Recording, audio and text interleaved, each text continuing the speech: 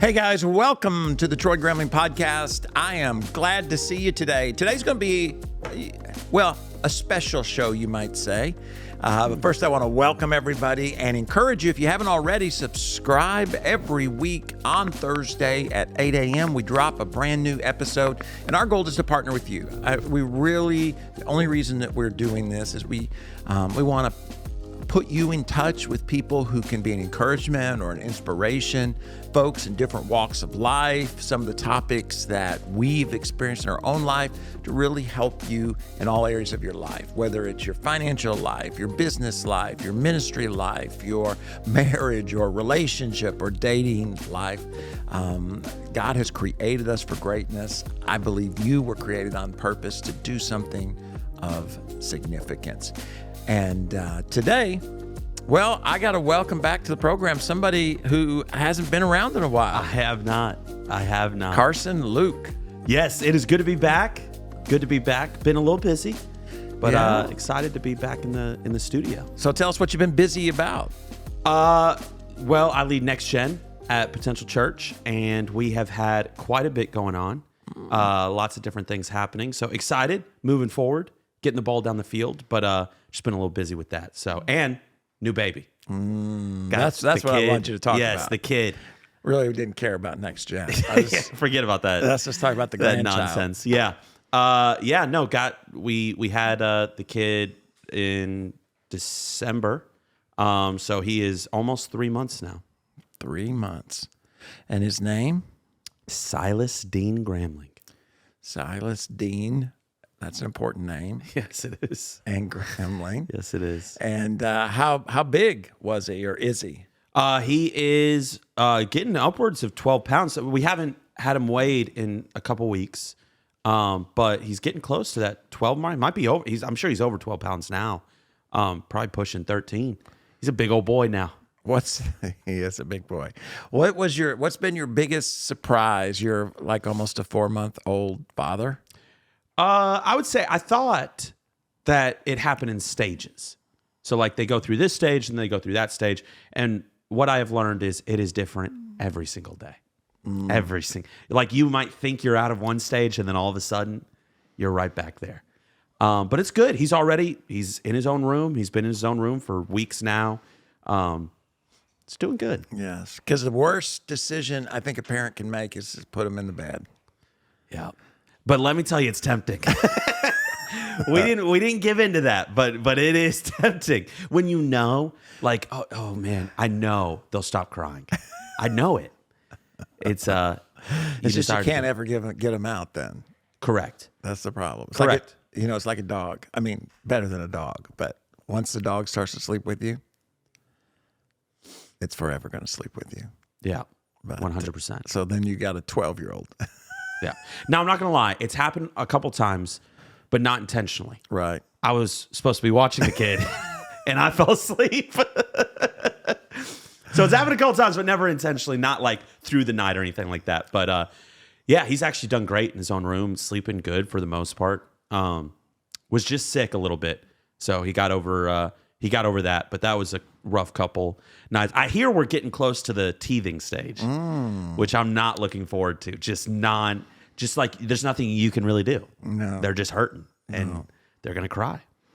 Yeah. Well, you can give them one of those frozen pacifiers. Yeah. That's what Jess was talking about. I guess you can freeze milk as well, like their milk, and also they can put stuff on their gums. I mean, maybe whiskey. I heard some parents do a little bit of whiskey on the gums. No, some kind of numbing stuff, or nowadays some of the stuff we used is now seen to be bad. We used to use powder, talcum powder. Like when you were changing a baby, and nowadays it's like, oh, that's terrible. Is that like baby powder? Yeah. Yeah. But when you would change a diaper, it's terrible. Yeah, for babies. Huh. Now, I'm sure now there's probably baby powder that's not, but talcum powder. That was a thing. Talcum powder yeah, is now not good. But for babies. Yeah, but the talcum powder was called baby powder.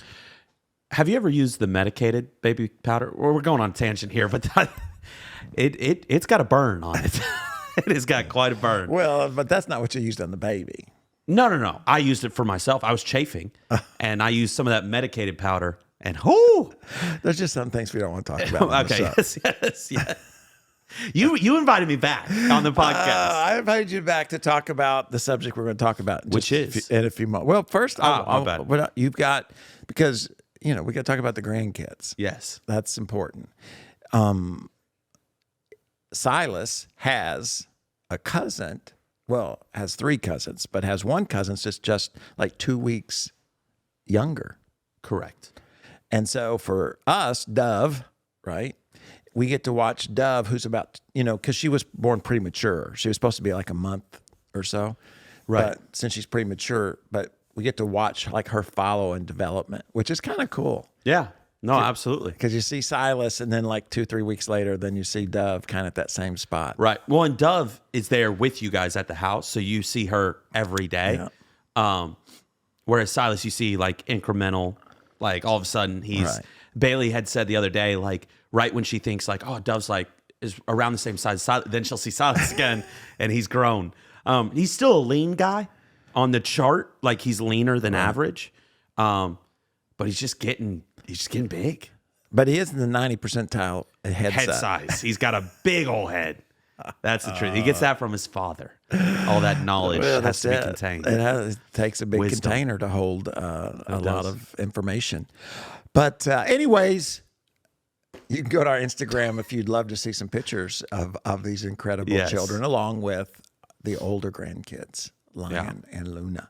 But anyways, I wanted to talk a little bit today. I thought we just have a casual conversation, kind of catch up with the folks. We've had several guests on and talk to them. And you and I haven't really just got together and talk a little bit about life and leadership. Sometimes I think it's just encouraging to hear, what's going on in people's lives. But I wanted to talk about, we talk a lot about potential and success. And so as you think back, in your, let's say, last, decade, since you were 18, or maybe even high school, we go back there to where you're at today.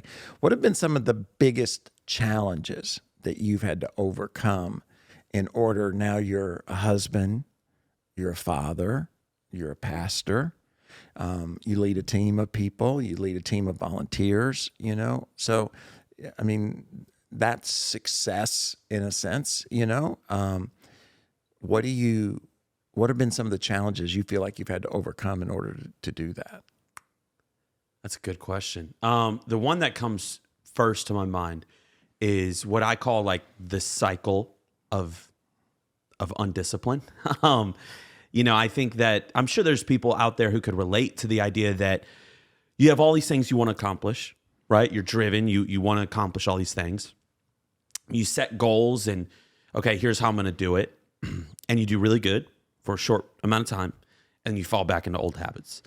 And it can get to a point where you're almost, it becomes near impossible for you to start anything because you just know how it's going to go. You're going to do well for a couple of weeks and then fall back.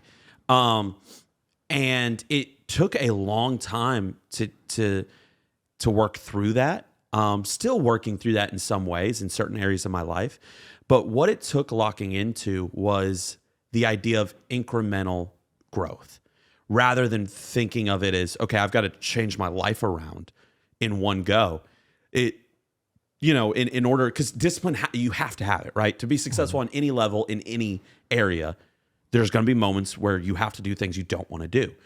And so it really required me to think of it as incremental. So there are going to be moments where you fall back and, oh man, I had a lazy day. I gave in, I did this, just don't let it be 2 in a row. You know what I mean? Don't fall off the wagon, when you're trying to eat right, which is a recent change I've made, is you're going to have days where you mess up and you eat everything that you desire. Don't let that happen a second day in a row. Don't let that destroy you and just kill you and you just fall off the wagon completely. I find that you'll get to where you want to go as long as you don't let those slip-ups happen for multiple days in a row. And so that has been a huge change in my life. But it was this big obstacle of just feeling like, man, all these things I want to accomplish, I just don't have the discipline to do. I've often said, God, gifted me with self-awareness. So I knew I was lazy, but unfortunately, I didn't have the discipline to change it. And so locking into that incremental discipline really helped me overcome that challenge in my life. So what do you think, what areas of discipline have you seen have the biggest positive impact on your life? That's a good question. I would say the discipline to think of others has been a hard one. We're all selfish in nature, but I had given into that selfishness for so long of just thinking about me and what I want and what I want to do, that I never really realized how much it was affecting my life in a negative way.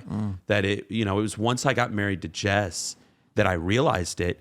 And then later on, as Silas was getting ready to come, I realized how much of my day was because I wanted it to be that. You know what I mean? Where I went to lunch and what I did in my free time and all of that was based on just me. And so once, Silas was on his way, I was like, okay, well, this is going to have to change because all that stuff is going to have to go out the window if I want to be a good dad. And so that's been one that has been, it's been just incredibly challenging. But however, changing that has had the biggest change in my life. Not that I'm now this selfless guru who's just always thinking of others, but being aware of the fact that, okay, initially you're always going to think about you. Make sure you take the time to think of how is this going to impact others? Who is this going to impact? How can I do something for Jess? How can I do something for the people I work with, for Silas, for you guys? Just really trying to take that time. I am someone who likes to encourage. And I found that when you are an encourager, people overlook your selfishness. So therefore, I wasn't aware of it because people didn't really... I've had very few people tell me I'm selfish. And so it really took that inward look at myself to realize, man, a lot of what I do is for me. And so that's been something that's just had a dramatic impact in my life. But it is a discipline. It's not something that just changes overnight. It's sometimes I feel like we try and trick ourselves that, with more knowledge, it'll be easier to be disciplined. And at times that may be true, but the truth is there's just going to be times you just don't want to do it and you just got to do it. It's funny. I'm reading a book right now called Feel Good Productivity by Ali Abdaal, I think is his last name. And he's one of the biggest YouTubers on the idea of productivity. But he talks about how when it comes to, it's not always about being more disciplined, it's about having more joy. And what he says is, sometimes we think that it's just willpower that we need to do the things that we hate doing. But is there a way to change your mindset to not hate it? And I think there's a lot of wisdom in that, but I think sometimes you're just going to hate it. Sometimes it's not a mindset change. It's an idea of, do you love what you're trying to accomplish more than you hate what it requires? And so that's been, selfishness is one of those. It's like, okay, it's not fun to... Right. I want to go home and watch Netflix, but I can't do that. And there's not really a mindset change in enjoying that. It's just understanding it has to happen for the growth of my family. And I think when you can apply that to other areas, you really start to see change. That's not one I think most people would think. Most people think, well, this or that. I had to get up early, or I had to start working out, or I had to. So I think that's an interesting thought, that the discipline to not be selfish, the discipline to think of others. So what does that look like? Do you get up in the morning and think through your day, or do you do it as things come up and you ask yourself, or do you do it at the end of the day? How do you practically discipline yourself to think of others instead of yourself? So what I try and do is, with my family, starting there, is I think about where I want my family to be, what we want to accomplish, what we want to do. And then I think, well, how much time with them is that going to require, right? So if I want Silas to be this kind of man, how much time do I need to spend with him in order for him to be, to raise up into that kind of man. And then I try and make sure that time is given, that time is filled. If okay, where does Jess want to get to in life? What does that require of me? Then start with that time. You know what I mean? Rather than trying to fill that in on the back end, it's starting with separating that time out. I think also it is taking a moment when I'm planning out my week. I've had to be intentional about that. I've learned that if things aren't planned out, it will always become selfish. So if I don't sit there and plan out every moment, which is so not me, not my personality, but I literally got a big change that practical, just a very pragmatic change, was I bought a physical calendar. And so on Mondays, I go and I schedule out my week, hour by hour. Now, I'm not going to hold to every single thing that's there, but what that required me to do is think about, okay, well, I have on here that I'm going to have this time for me time, but there's no family time in there. So that I'm only thinking about myself. Once you see it there written, it really allows you it's easier to think of others in that moment. Then it's just holding to it. You know what I mean? So, okay, I'm going to come home. I'm going to be tired. For example, Thursdays, we have a early morning, 6 a.m. Book study. So I'm out of the house early. I'm up early. Jess does the whole morning time with Silas. I have to know I'm going to come home and be tired, but I need to spend time with him. So if it's written down, then it's just holding to that schedule rather than coming home tired and now trying to make the decision of what am I going to do. And so I think when you can make those decisions early, you still need discipline, but it's just the discipline to hold to what you've already said you're going to do rather than trying to make the decision of what you're going to do in a time where you're tired, you're selfish, I just want to come home and take a nap, but that's not what's going to be most effective for my family. Yeah, a lot of people, like I'm not a lay out my clothes kind of person like your mother is, but for the gym, I always do because I know that if I lay them out and I don't go to the gym, then they're going to be there mocking me, making fun of me, like you didn't go, I'm still here, still here. And I think, that's true in a lot of different disciplines is, making the decision beforehand. I think when it comes to worship, and being a part of a community, being a part of a church, a lot of people don't make the decision of whether they're going to go to church until Sunday morning. And most of those folks are not very consistent. And it's not because they're bad people or evil people. It's just, normally you don't wake up on a Sunday morning at 8:30 and say, let me get up. This is my day off work, but let me get up, let me get a shower, let me, get in the car and drive to church and get the kids around. Yeah. It just doesn't happen that way. Whereas if you've predetermined that there's value in that, right? And that being as a Christ follower, there's a responsibility in that. It helps. So you've made the decision beforehand. Same with giving. There's an aspect of giving. Oh, God nudges my heart now, and so I'm going to give. But there's also the discipline to being prepared to give. Right. So the decision's already been made. Before you give me $10 for mowing your grass, I've already decided I'm going to give 2 of that, 20%. The scripture talks about 10, but I'm going to give 20%. I've already decided that, or 10% or whatever the person has decided. Then I'm not got the $10 and looking at, I've got this bill and I've got and all these things. And I never get around to it. I never get around to going to the gym. I never get around to being consistent in God's community. I never get around to being generous. I never get around to spending time with the family. So I think that's a really important part. Well, and I think that in this season, with a new baby, you're tired a lot, like physically tired. And what it's shown me is that you really have to be disciplined in these areas because when you're tired, you'll just resort to who you are.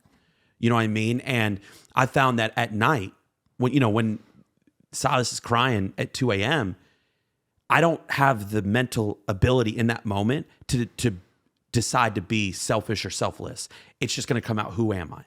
Am I someone who thinks of others? Do I care about Jess and Silas enough I'm going to get up and do this? Or am I naturally am I resorting more to what I want in situations. And I think there's often those things in life, right? Moments where it's not going to have a lot of time for you to think.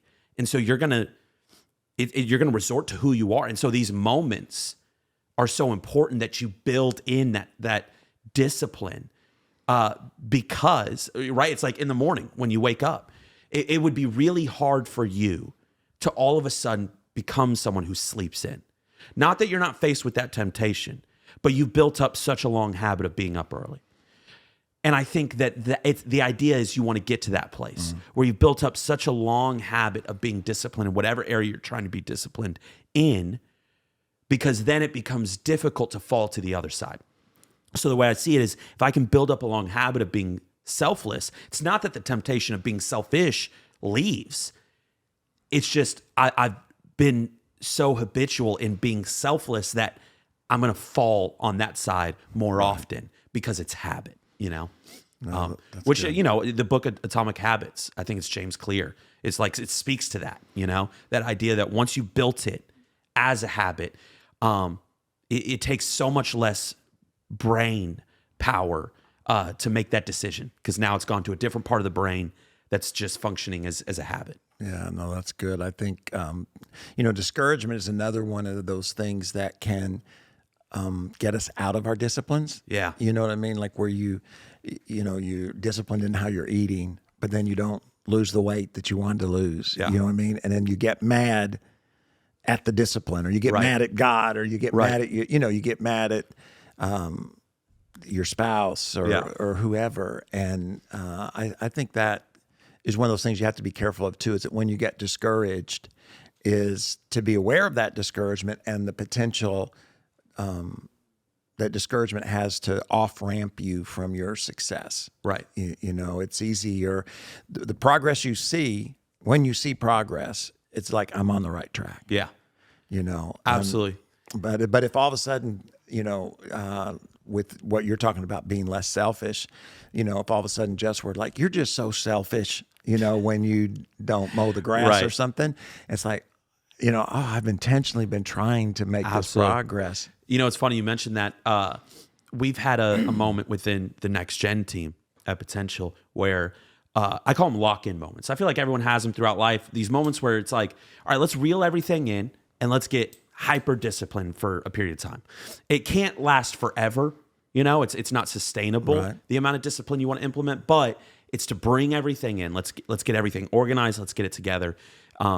When you're really trying to make something happen, especially quickly, So I've had that with the next gen team, and we've all been locking in on, hey, we're not going to, that idea of extreme ownership that Jocko Willink talks about, like we're going to own every part of our day, every single part of it. And in that, we saw less people coming to service. And that's discouraging, because it's like, man, we're working so hard. We're all trying to get in shape. We're eating right. We're taking advantage of every moment, trying to take every opportunity.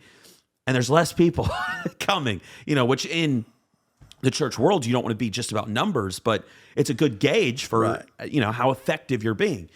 And I think exactly what you're saying, it's in those moments holding on to, I know this is going to pan out. I know this discipline is going to pull through. I just got to stick with it, And so that's where the benefit of being vocal about where you're trying to be disciplined and having people hold you accountable to that is so important. Because in those moments, it's really easy to fall back, and like, okay, I'm going to, and it's never that you're deciding to give up those habits. It just starts with one day, hey, today I'm just going to take it easy. I'm tired. I had that temptation trying to eat better. Like I said, on Thursday, when we woke up early, I'm doing a kind of like a fasting where I try and eat later in the day. But when you wake up at, 3:45 in the morning, you're starving by 8 o'clock. And so, I just started going in my head, well, I woke up early. It's, if really I should push that time back because I'm up earlier. But just holding to, having people, I knew someone, because I'd been vocal about it, if someone saw me eating at 8 a.m., they're going to say something.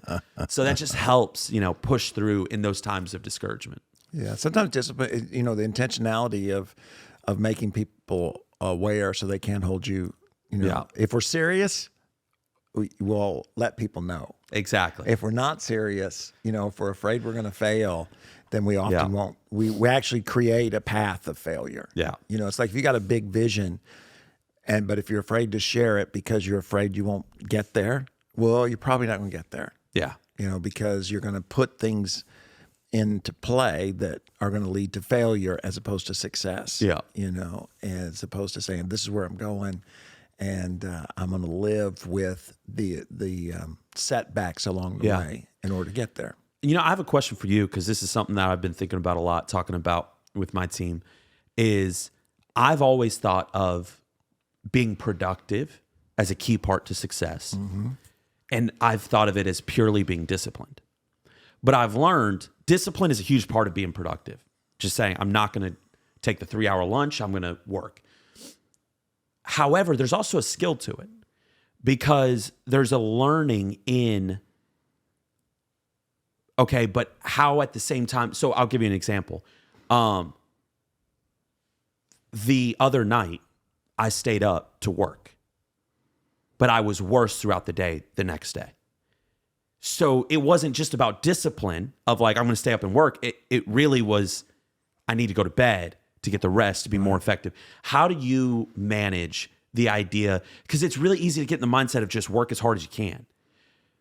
And while you want to do that, there's also wisdom that has to be applied in, but where do you put that discipline to make sure it's most effective, right? It's the same idea. You can say, I'm just going to work as hard as I can, but you don't bring anyone along the journey, right? Like it'd be easier to just sit there and say, well, I'm just going to write out all these teachings. But had you have had someone else do one of those teachings, it would feel like you're not being as disciplined, but be possibly more effective. How do you manage that? Yeah, I think there's a tension in that. And I think, it's like anything, you tend to sway back and forth, and you're hoping you stay in the middle right, the majority of the time, where I think it's easier, at my experience, I don't know if this is everybody's, my experience is it's easier to do that when you're winning as opposed to when you're losing. Yeah. And by losing, I just mean you're not progressing at the speed you want to progress, when it's not going well, the tendency is to, put it all on your shoulders and carry it and think I have to do it. Because I think that happens to us as leaders. I see it happen even within the congregation. People make a commitment to give, and they'll do that for a couple of months. And then if money, the financial situation gets difficult, the tendency is, well, God's not handling this. I'm going to have to handle this. And so it's like, I've got to do this myself. And I think so to me, I try to be more aware of it during times of challenge. Like what is what, because you're basically, talking about what's wise. Right. What's the wise thing to do when it comes to your time, your limited resources, your time, your energy, your money, those kind of things. And I do think it's a tension, and we all have tendencies. Some people have a tendency maybe to give too many things away during that time. Others have a tendency to try to put everything on their shoulders, and I'll die in this chair. Right. Kind of a martyr syndrome, which is not. In ways, that's kind of selfish. Yeah. It's like, I'll show you. Right. I'll die doing this. Which way do you think you naturally? Well, I think that I would naturally be more of I'll die in this chair. I would agree that you would be like that. Because we're all kind of wired different. So, like, one of the advantages and disadvantages that I have is I get tired, but I don't get, Can't function. Can't function. I'm not saying that's never happened, but I'm saying that I can go to bed at midnight or so and get up at 4 and not feel it, or get to a day where I don't have to get up at 4 and still get up at 4. So I don't know. I mean, I'm not a doctor. I mean, I know they tell you have to have a certain amount of sleep. So I think the benefit of that is you can get a lot done. I think the downside to that is you don't have that natural, it's kind of like if your hand is numb and you put it on a hot stove, you don't know if it's burning you. Right. But if you can feel and you're like, oh, this is not good, and you pull it away. And I think the same thing is true with energy. There's definitely impact that what we do has on us. If you can't feel it, if you don't know it, you just have to go off wisdom, not. Right. And I think then it takes the discipline. All right. So maybe energy wise, but is that the wise thing to do? Right. Andy Stanley wrote a book, and that's what he asked over and over. It's like, what's the wise thing to do? Yeah. Which is such a hard question, because there is something, especially in men. I mean, I don't know about women, but especially in men, there's something that almost feels noble about that, right? Like there's something about and that's what motivates me. Like, you know what I mean? Like we were just having a conversation of, you wouldn't say about it yourself, but like how much you have going on in this season, as far as writing one teaching after another, preparing for one meeting after another, that I'm like, that motivates me and inspires me of like, man, I run after it. But there's wisdom in, okay, but if I do all of this, am I being effective in it to the point where someone else could do it better, more effectively, because they have the time to give it? And I think that that's just a struggle and a challenge, because it feels lazy, especially from someone who has had to overcome laziness quite a bit. I am terrified of falling back into that. And so I can be hypercritical of anything that's not like just being at everything, because it's just like I'm being lazy. If you know what I mean? And with having a kid before it was easier because I had all the time, so there really wasn't a good reason to not be at this or not be at that. Because I have the blessing of working with my wife, so we could be together for all of it.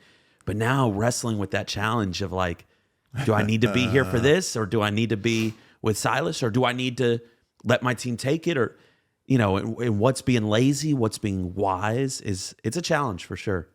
For sure. Yeah, and it changes as you age, at different seasons in your life and different ages. The older you get, like maybe the more cynical you can become, because you've given things to people who have then used it against you. Right. And it's like not even about, I don't think they can do it. It's like they're going to hurt me. Right. If I empower them. Yeah. Which is destructive. I mean, at the end of the day, it's like what you said at the beginning. Is what we're pursuing big enough to take the risk, to be disciplined, to go through whatever pain?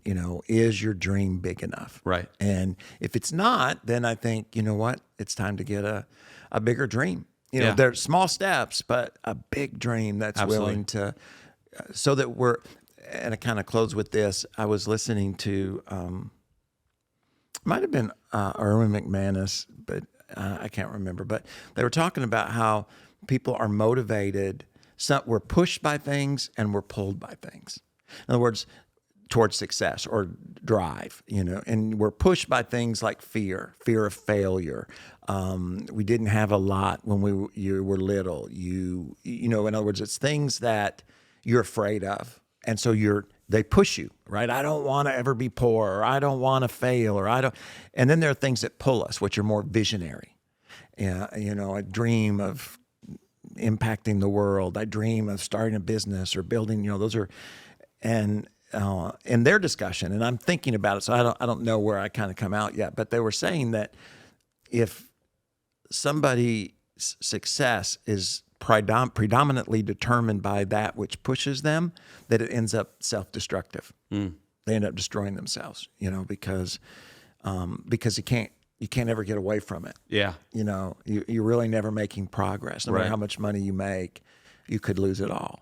Yep. No matter how many people you reach, there's always somebody else that needs Christ or is hungry, as opposed to being pulled by vision. And I think it's important sometimes to think about that. Not only what am I doing, but why am I doing it? What's the motivating factor behind it, so that we can stay healthy, right? Along the way. Alex Kendrick, welcome to the show. Oh, well, thank you for having me. Look forward to talking with you. Yeah, well, let's just jump in. Tell us a little bit about your newest project, The Forged.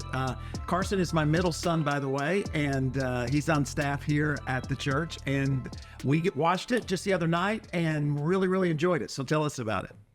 Thanks so much. Well, about 2 years ago, we started praying, saying, God, what do you want us to do next and focus on? And he turned our hearts, my brother Stephen and I, toward the direction of discipleship. And we're both ordained ministers. I am very familiar with discipleship, but it's interesting when you are pursuing what the Lord's given you, he often will take you to a deeper level.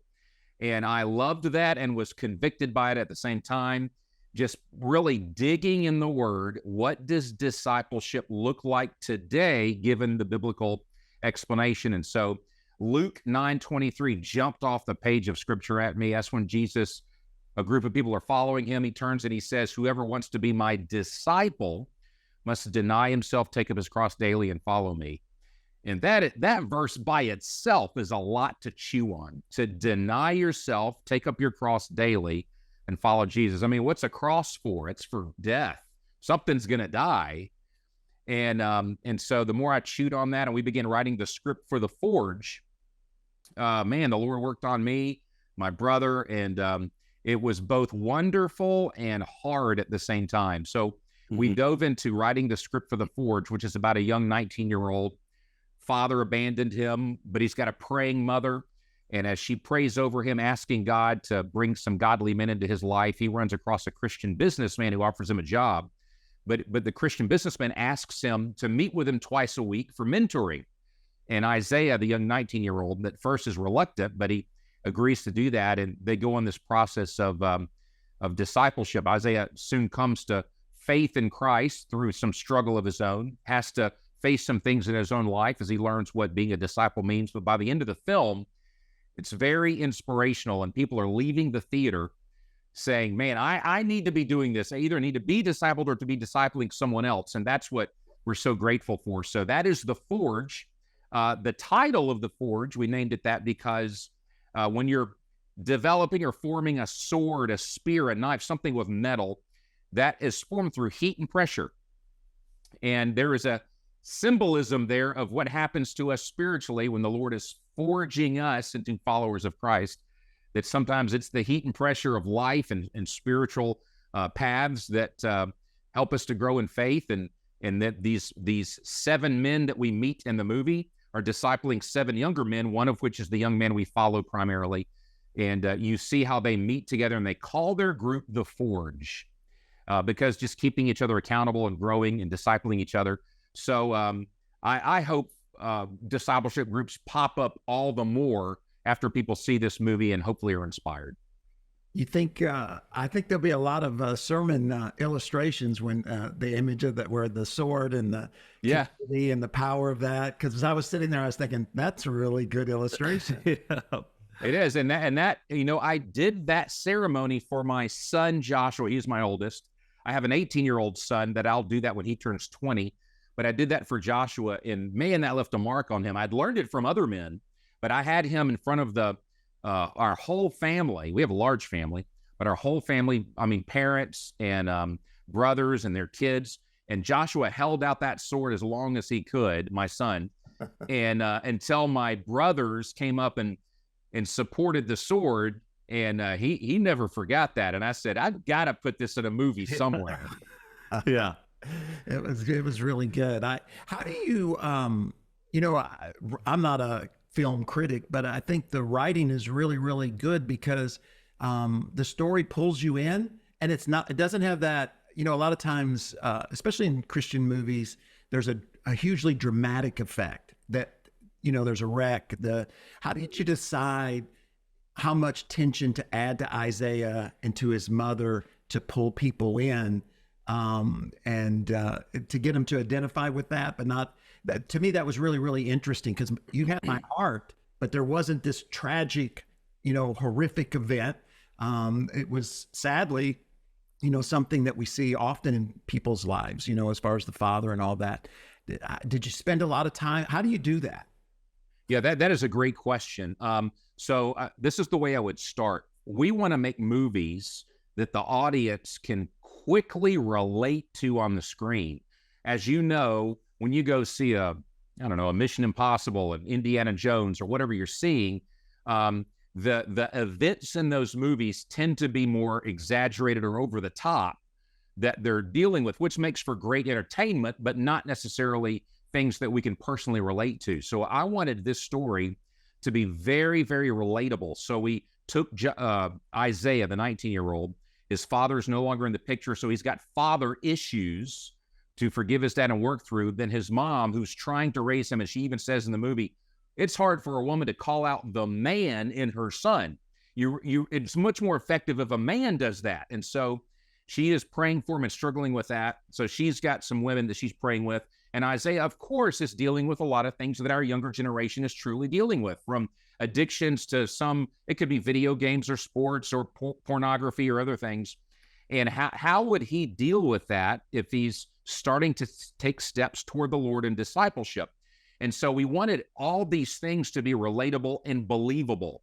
So I didn't want to go too over the top with anything, but the friction he has with his biological father when he runs across him is very, very real. We have counseled and dealt with so many young men who have this frustrating, sometimes rage or bitterness toward feeling abandoned or rejected by a parent, and working with them through that process. And so we did want to incorporate that into the movie, as well as Isaiah learning, wow, I need to learn to die to certain things and move them out of the way to make Jesus the priority of my life, which is also something that we have to do in our lives if we're going to follow Jesus. And so those elements were important to put in the movie, but there were more. The problem was the movie ended up being over 2.5 hours long.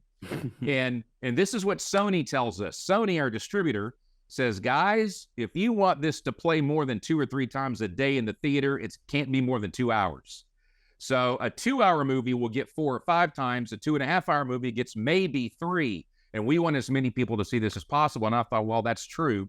So we whittled it down to 2 hours. So we left out half an hour of stuff that Isaiah deals with, but there's more stuff with the girl and things like that. Anyway, but yeah, so that's a fight.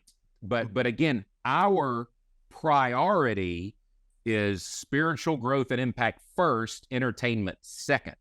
So that's why we don't do the unbelievable cataclysmic events as much, because we want people to relate to what each of the characters are going through.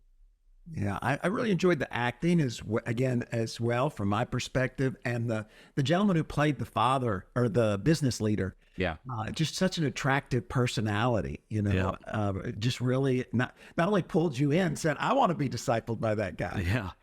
Well, there was a guy like that in real life. His name is Carl Dobson, and he was a coach, but he was a professional, and he reached out to me that way. I did have a godly father who poured into me, but when I was in college, and young people are so moldable, they're trying to step into adulthood, but they haven't rooted all of their belief systems quite yet. And in college, he took me under his wing for 2 years and poured into me, challenged me, corrected me, all that kind of stuff. And I was like, wow, that really impacted my life. So I wanted someone like that in Isaiah's life in the movie The Forge. That's awesome. Alex, I got a question for you. So this movie does something very interesting. If someone were to ask me before seeing The Forge, if someone were to ask me what parts of the Christian walk wouldn't make a good movie, I mean, I would talk about, man, it would be great to see salvation and life change. Discipleship would not be the number one thing I would think would make a great movie, because discipleship is often, while we all know the importance of it, it's long, it's slow, it's through conversations. It doesn't seem like, man, that makes great entertainment. And yet somehow this movie is entertaining to watch. Beyond just the impact that it has on us as people, it's entertaining to watch this story unfold. And that moment of life change, of salvation, what's so interesting about this movie is that happens halfway through. He's impacted, he's changed. But now you continue the story of what does that look like moving forward? How did you, when you, like you said, you really felt like God was telling you to make a movie about discipleship. How did you go about making this concept interesting and entertaining to watch? First, that is a great question, because that is something we struggled with. And you are exactly right. Discipleship is not just a decision, it is a walk, and it takes time. It takes a nurturing and spiritual accountability and all of that. And so that was a challenge. And we wanted to make it where when people watch the screen, they're thinking, I could do that. I could do these things, these principles of discipleship. I could do them in my life or incorporate them into a relationship with someone else. So that was a challenge. And so we kept thinking, okay, what about the conversations need to be heard and seen and felt in the film? When do we see Isaiah struggle? So we thought, man, I have struggled to die to things and at least move them out of the way, even things that weren't necessarily wicked or wrong, but they don't need to be a higher priority than my walk with the Lord. So it's best to move them out of the way. It's almost like my plate is full. I got to move something off my plate if I'm going to put something new on the plate. And so we had to fight with that. And so, as you know, of course, Isaiah struggles with things he needs to move out of the way of his life, struggles to forgive his father and get right with the Lord, struggles to step up as a leader, even among his peers and factory workers. He was the most recently hired. There's no way he can lead them unless his character and decisions are wise and they see we can trust this guy and believe in this guy. So even at the end of the film, when they have this challenge at work, we want to see him implement a lot of the principles that he's been learning over that year of discipleship. And so a lot of people, it's funny, the second time a lot of the young people in our group saw it, they realized, oh my goodness, when he meets the competitive president of the competitive company, he's implementing in the way he's greeting him and talking to him everything that his mentor Joshua taught him in the office. Yep. And I'm like, I hope that's more obvious to more people. But anyway, so you're exactly right. It was a challenge, but I hope when people watch the film, they are engaged and they're asking themselves the same questions Isaiah is asking himself. To what degree is Jesus a priority? Am I walking with steps, embracing responsibility, embracing accountability, and taking steps forward in the faith? And so I hope it again stirs up a lot of people. Yeah, I was thinking the other day that in some way you kind of even almost see the disciples, the apostles, in the group that's there at the factory working and everything, the different roles that they play, and then I thought you did just an incredible job of making discipleship something to take responsibility for. A lot of times people are waiting for the church, or blaming the church, or and it made it attractive. Hey, I want to do what he's done. I want to have an impact in Isaiah's life. I want somebody to have that kind of impact in my life.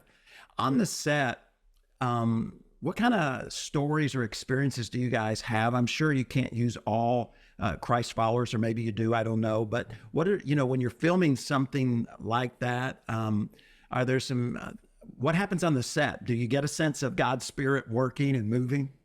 Yes, yes, absolutely.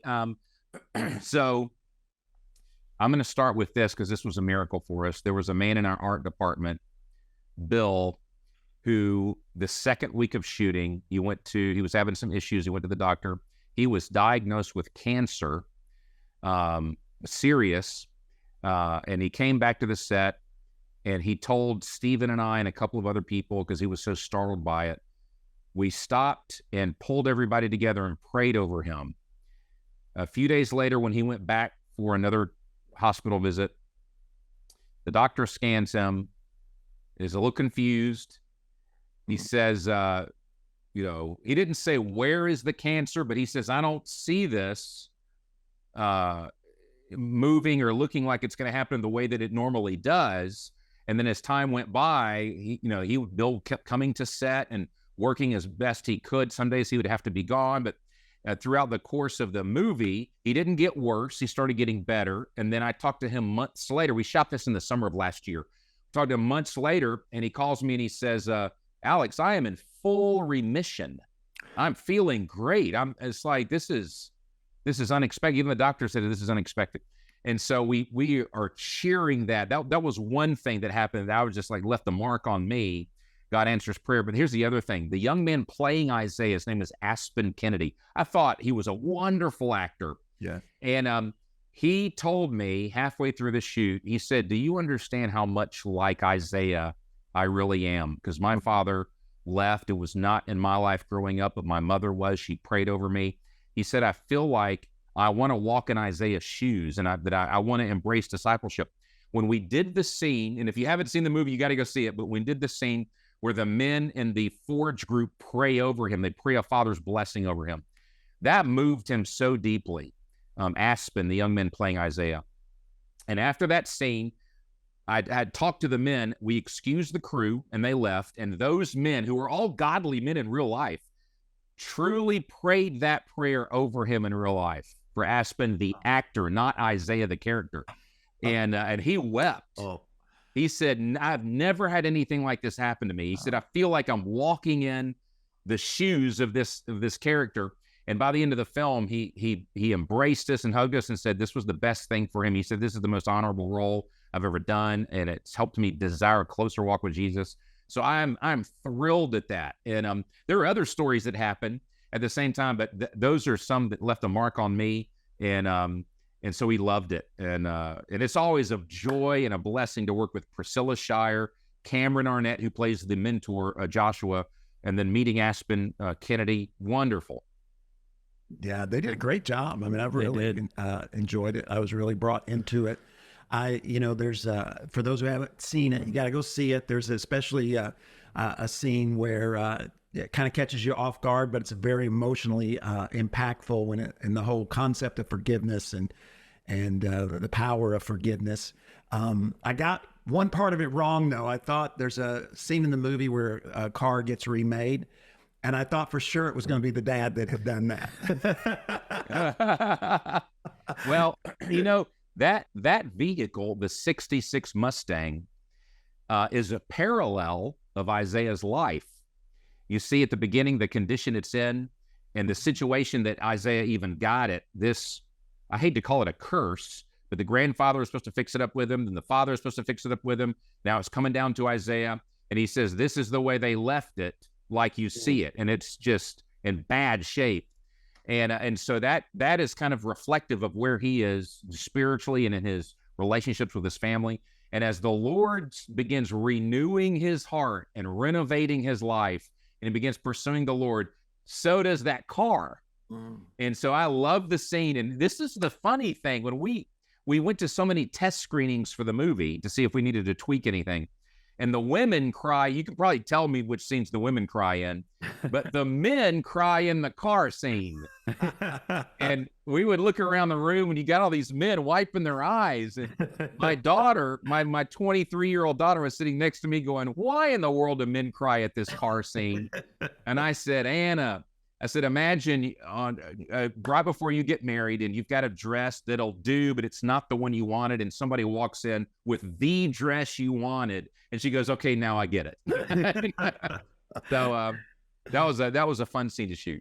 Yeah. You talked earlier about Isaiah as a character and the actor who played him. And, for me, this movie is so interesting because what the actors have to do, in especially the two leads, it is difficult because it's not being the cool person who's got the right words, and they have to in one moment be broken and vulnerable, and then in the next moment be strong and courageous. And that I can only imagine as an actor trying to play, in a lot of movies, there's a transformation of the lead character, but there's no transformation like the transformation that happens through accepting Christ. And I just imagine all the moving parts of those characters coming to life. And, a lot of people who watch this podcast would love to, maybe not through a movie, but would love to accomplish a vision that God has given them, just like how you said, you guys received when it came to this movie. And they don't know how to bring a team together to accomplish that vision. What would you say to that person? Is just one tip, one idea that really helped y'all bring all of this together to produce something so life-changing? Great question. So this is our what we've learned to do over the years. First, there is a difference between a good idea and a God idea. Mm-hmm. And we ask God, Lord, would you direct us? Because our greatest asset's the favor of God. You can't pay me enough money that's more important than to have God's hand on what you're working on, and he blesses it in a way that only he could bless it. So it's not just somebody's skill or the amount of money you can put into it. Because we want people's hearts touched and people pursuing the Lord after they see this film. And we want to, nurture their heart to a point where they're like, yes, Lord, I want to take steps of faith or steps of obedience, or to get things out of the way that I can pursue you. So that is our number one goal. So to do that, we lay the groundwork in prayer first. And if that takes months of prayer, so be it. But we have learned, lay the groundwork in prayer, seek the Lord first. It's like a farmer tilling the soil even before he plants the seed. And so we do that first. And then our team gets in unity. And we say, okay, what roles are we playing? So my brother, he's going to produce and I'll direct. And my older brother is going to be executive producer with a lot of the logistics behind the scenes. And then we cast together and we hire our department heads together. Then we ask advice of them. Who would you get for lighting and audio and camera work and things like that? And so we do that through prayer, and we try to do it with the highest level of unity possible. We do ask some hard questions of our cast and our team. We would use non-Christian actors for non-Christian roles, but this is why we do that. We have learned, man, if you are a believer in Christ, especially in a salvation scene, which I believe is the most important message we could share in the universe, through Jesus Christ, there is hope and salvation. Why would I choose someone to deliver that message that does not believe it themselves? Yeah. So we pursue actors, skilled actors, but we always ask this question. When we think they might get the role, we say, we have one question for you. Is there anything in your life that you believe the Lord would not bless if you're a part of this film? You know, if there's anything in life that would prevent God from putting his hand of blessing on your work in this film, not because we're looking for perfect people, because there are no perfect people, but there is a difference between someone who is pursuing God and someone who's, hey, I just want to be a part of this Christian project and get a paycheck, but I'm hiding sin over here and I'm going to keep the sin. You know, there's a difference between that. So we look for people who are truly chasing after the Lord, because we've seen God do too many things that we cannot explain when we are honoring him and seeking him and praying. And we pray every day. We start the day off, our entire 130-member crew and cast, dedicating the day to the Lord, and usually hearing a 5 to 10 minute devotional from a pastor or someone on set. And then we launch into the day. And it's funny, a lot of our crew members we hire members, even the people that work on Marvel movies and to do the crew, not the cast, but the crew. And they come in, and by the end of the film, they always say, this is my favorite movie to work on. It's not the biggest, and you don't have all these mega stars walking around, but he said, this feels like family, and it feels like the purpose is so honorable, and just the nurture of this group of people, the believers, and honoring the Lord every single day. We love it. And I'm so grateful for that. So to answer your question, lay the groundwork in prayer, seek a God idea over just a good idea. And then get counsel and make your decisions one at a time. Don't rush it. Do not rush it. It takes us 2 years to make a movie for that reason. But again, we want the Lord's hand on whatever we do. That's so good. Wow. It's having you and your brothers involved. Just a couple of more questions before we have time to go. But are your parents, are they alive? Have they got to experience you guys' art together? Yeah, they're in their early 80s. So dad is 82. Mom is 82, actually. And so we love, they told us when we were very young, please don't go this movie route. Hollywood has nothing good to offer. And we said, well, we don't want to go to Hollywood. We want to make movies. And at first, I admit, I wanted to do the Christian version of Star Wars, the Christian version of James Bond or whatever. And the Lord had to work on my heart and say, Alex, you need to die to that idea. and let's do movies that matter and will impact lives, not just give them cotton candy for the eyes. And so I was like, yeah, I had to die to that dream. But I wouldn't change it today. I was like, Lord, thank you so much, because the number of people that we hear from that have had an experience or felt like the Lord said something to them, even in the theater, or they leave, they're processing the movie, and then they have a quiet time with the Lord, and the Lord speaks to them. I love that. I love that when these movies at least help to open their heart toward, do I need to forgive? Do I need to trust the Lord? Do I need to accept salvation? Do I need to take steps of discipleship? I love that, what the Lord does. So I wouldn't trade anything for that type of response. But my parents still pray for us, still encourage us, and are on our side. So we usually take the first cut of the movie over to their house. My father is in a hospital bed. He's got multiple sclerosis. But we take the first cut over to their house, and Dad prays over it and encourages us, and Mom does too. And so they're cheerleaders now, and I'm so grateful for their prayers and their support. Well, it is a great movie, and I think when did it open at 5 or 6 the weekend that it opened, or something like that? Yep, opened at 6.5, and right now it's at about 25 million, and it'll get to about 30 or so, and then by Thanksgiving we'll start streaming it, and then churches will be able to. There's a path for churches to show it to their congregations and people to. I mean, we're still doing DVDs and Blu-rays, even though that's fading. Right. But and I love the special features that we have on the Forge, all the making of and the testimonies and behind the scenes, and even the special effects. You know, having 2 Priscilla Shires. Doubling her as twin sisters, all of that. That was great fun to do. So I think people will enjoy even the behind the scenes features. But see it at the theater. If you can, it's still in the theater. See it in the theater. That's a great experience. Yeah, I want to encourage everybody to go out and check it out. And you guys made some resources as well that kind of go along with it. We did. And from our last interview, I have them here. Okay. This is the first one I would recommend. This is called Devoted to Jesus. And this is a discipleship book. If you want to walk with someone else through discipleship, I recommend this book, Devoted to Jesus. You can get it wherever books are sold, or go on Amazon and get it. And then we have the Forge novel. And of course, a novel shares more of the story than you can see in a 2-hour movie time.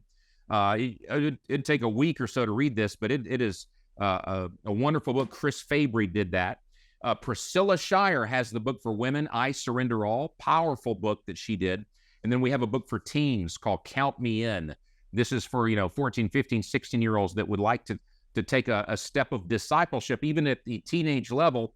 So this is called Count Me In. So all of these books are available now, and people can get them, find them really anywhere books are sold, and go online and find them as well. But our heart is, again, to nurture the body of Christ, to call the church back to discipleship. We do need pastors preaching from the pulpit, but we need even more so the same thing Jesus did when he met with his disciples. We need people walking with us, challenging us, keeping us accountable, encouraging us in our walk with God. And that is how we grow the quickest in the body of Christ. Yeah. Well, it's very, very good. Thank you so much for what you do. I know this is one of many that you've done, and I'm sure there are many more to come into the future, but I know it's having an incredible impact, and it's just an honor to get to spend some time with you today. So thanks so much for hanging out with us. God bless you guys. Great to talk to you. Take care. Take care. God bless. Have Alek Manoah with us. Welcome to the program today. Yeah, thank you very much. Thanks for having me, Pastor. It's great to see you. And I thought it'd be cool to talk a little bit about some of the challenges you've been through. For those who are listening, you were here in, I was told, program 44 or episode 44. And but you are a Major League Baseball player. People are always interested by professional athletes. So let's just real quickly rehearse your story. You went to high school where? Southdale High School down in Homestead. Homestead. And then you went to college where? West Virginia University. And what position do you play? I'm a pitcher. You're a pitcher. And then and what year did you get signed? 2019. I left West Virginia and entered the draft and got picked up. And where did you go? To the Blue Jays, Toronto Blue Jays. Toronto Blue Jays. Now, we always hear these stories. When you signed your contract, and did you go out and buy something or anything like that, or are you a more laid back kind of person? Well, the first thing I did was bought my mom a house. So that was the first thing that was heavy on my heart the whole time through it, and just seeing everything that she did for me and my brother while we were growing up. It was a token of my heart to be able to pay that back to her, and I never really had a car growing up either, so I bought myself an Audi, a nice car. Okay. So a house for your mom. Yep. And a car. That's pretty. Was your mom surprised? Or have you been telling her the whole time? I kind of had to give her a budget, so she kind of knew it was coming. So I was like, hey, I want to buy you a house, but within these parameters, but no, I'm just kidding. She was super excited, and awesome. When they got the keys, her and my stepdad, they've loved it, and they've enjoyed it ever since. Wow. So 2019, is that what you said? And so how'd the first year go? The first year was actually pretty hectic for me because I had finished my college season. And then they sent me down to the complex. They just do like assessments on your body, your arm, your flexibility areas of that we could work on and things like that. They really like to gauge what you were doing in college, what works for you, your routine, things like that. They shut me down because I had thrown so many innings in college. So they shut me down for like 2-3 weeks. And then they shipped me out to Vancouver, which is where they had like a rookie whatever league over there. And I did great. And then I go to my first spring training in 2020, like my first full real season with the Blue Jays, and COVID hits. So it was kind of a crazy start to my career, but I feel like we were able to make a ton of positive strides through COVID. Kind of a time where a lot of people were kind of just staying here, and I feel like we went like this, and it really showed once 2021 came around. So the start was a little, not sure where it was gonna go, but it's been good. So how many games did y'all play in 2020? Did you play a full season? Or? No, 2020 we went to spring training, and I literally remember we were in the cafe like 6:30 in the morning, and we see like the whole Rudy Gobert he's a basketball player. He had the interview where he started touching everything, like making fun of it. And then the next day he had COVID, and we literally had seen the video of him touching everything and then coming out COVID positive, and we're like, oh, there it goes. We're done. And for sure, it was a week later, they kind of kept us around, but hey, just stay at your hotel or your apartment or whatever. And then after that, they just sent everybody home. And it wasn't until, I want to say like July maybe, where things started opening up a little bit. And that's when they brought us all back into like an alternate site, which was basically like no family, no friends. It was just us in a hotel, bus, field. We'd play like scrimmages against each other, back to the bus, back to the hotel. And that's what it was for the last, 2 months or whatever of that season. And then 2021 was my first full season. Okay. So did they play a season? I can't remember. Did they play it all in 2020? Yeah, they had no fans. Okay. And the season was only it was the last 2 months of the season. So it must have been August and September, and then just playoffs in October. Okay. All right. So whoever won the World Series that year is always going to get an asterisk. That. Well, it was the Dodgers. So them winning this year was like, what are you going to say now? And they won pretty convincingly. Yeah, it was very convincingly. All right. So then you go into 2021, and what kind of year do you have that year? Great year. I went into spring training. I don't think many people had expectations just because, the year previous, nobody got anything out of it. And I feel like me and my brother, we had opened the gym down here in South Florida. We were still training, working out while a bunch of gyms were closed. People weren't doing much. So we made some really good strides, and then went to that alt site, made really good strides there as well. Went into that off season, had a really great off season, and got into spring training in 2021, got invited to the big league, spring training. So I was with all the big guys. And then they threw me out there against the Sharks, and every time I went out there, I just struck out a bunch of people. And they were like, oh crap, maybe this guy will help us this year. Like nobody was sure, And then they sent me straight to AAA. So I skipped basically all the lower level minor leagues, went straight to AAA. My first 3 starts, I believe, were like 6 innings, 12 strikeouts, 6 innings, like 10 strikeouts, and 6 innings, 12 strikeouts. And our big league club was struggling. So they were like, hey, you feel ready? Like, come on down.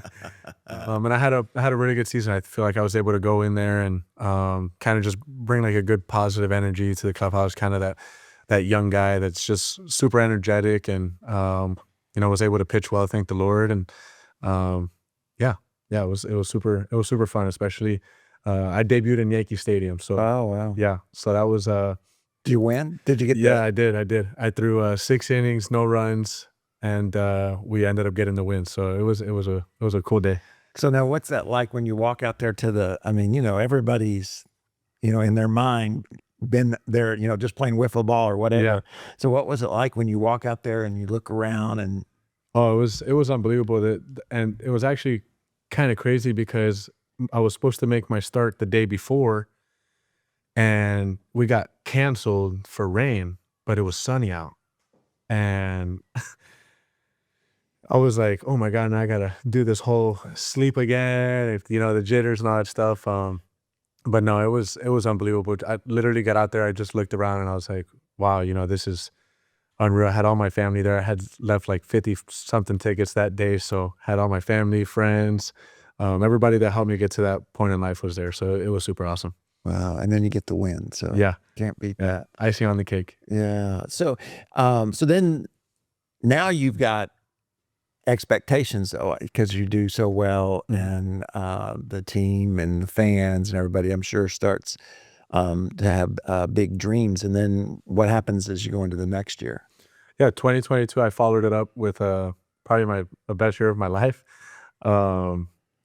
Finished, top 3 in Cy Young, was first team all MLB All Pro, and just had an unbelievable 2022. And that's when the expectations were really high. We had I started our first game of the postseason, which was an unbelievable experience for me. We didn't win that one, so that's why I say it's an experience. But yeah, it was amazing. And then going into 2023, that's where I kind of struggled a little bit. My shoulder kind of started bugging me a little bit, and just a lot of things just weren't really falling my way. And I feel like that was the testament to God telling me like, hey, you've had all this success. But I also remember during COVID when we were freaking out about like what's going to happen. And, this is my opportunity to play professional baseball. Like, is there going to be and always after you hit that valley, there's, so for me, it was like I was at a super high, and then 2023 was a kind of a weird year for me. Right. But we keep our mindset positive and strong. And, the only thing we could do is just keep working. Yeah. So you go out there, and like you said, you're in the Cy Young conversations. And over the year, did your confidence get stronger with each game? Did you feel the pressure? Like, I'm having a great season here. I could win the Cy Young. Yeah. It's super, super tricky, because a lot of guys, it could go either one way or the other way. You can be like, oh my God, I didn't even realize I was doing all this. And then once you realize, you go downhill. But for me, my competitive nature, I wanted to win that. I was in it. And every start I went out there, I was fighting for my life. Like, I was just like, I can't give up a run. I can't give up 2 runs. This guy's over here, killing it. And that ended up being, I lost to Justin Verlander, who's Right. going to be a first ballot Hall of Famer. And that was probably his best season yet. He had like a 1 point something ERA, and he did amazing. So he deserved it. But yeah, it was super fun being in that hunt, and kind of, not only chasing that down, but just we're in the postseason hunt as well. So it's a super, super exciting baseball. Yeah, that's incredible, when you think about it. So then you start the next season with, huge expectations, right? Everybody wants to get better as a player, as a team, all of that. And did you immediately know that some of the struggles were physical, or did you feel that some of them, were emotional or mental, or how did you progress when things weren't, you had this great year and then you're struggling. So how were you processing that? Well, for me, it started, I had that really great year, and then the off season that I had was not the same off season I was used to having, just because, we played in the postseason. So my season was much longer than I was used to. I had thrown 200 innings that year, which I had never thrown anywhere near that. So just kind of talking with like veteran guys, talking with, our training staff, all that, we kind of took the off season more recovery based and more, treat the shoulder that's barking a little bit. And, I had my knee was a little, so it was like, hey, let's really use the off season to recover. Let's get you right. You just went off your biggest workload year ever. Now, was that hard for you to do? I mean, to submit to what they were telling you to do? Well, for me, it's okay. I'm listening to these veteran guys that have done it for 10 years, have done it at a high level for 10 years. I'm listening to a training staff. I'm also listening to my body. But at the same time, I'm very grateful for, some of those challenges, because you learn, and for me, you don't truly learn something unless you've been through it, and for me, it was like, I'm used to off seasons training super hard. Like, I don't think it's a young factor or an old factor. Like, I've learned that I can't go into an off season just prioritizing recovery. I have to still train like an animal. I have to still condition very hard. I can't go into camp there, and that's what's really cool about baseball is that everybody is different. Usually point guards are the shorter guys. Squeak in and out. Big guys are the centers. Those guys don't have the same training regimens.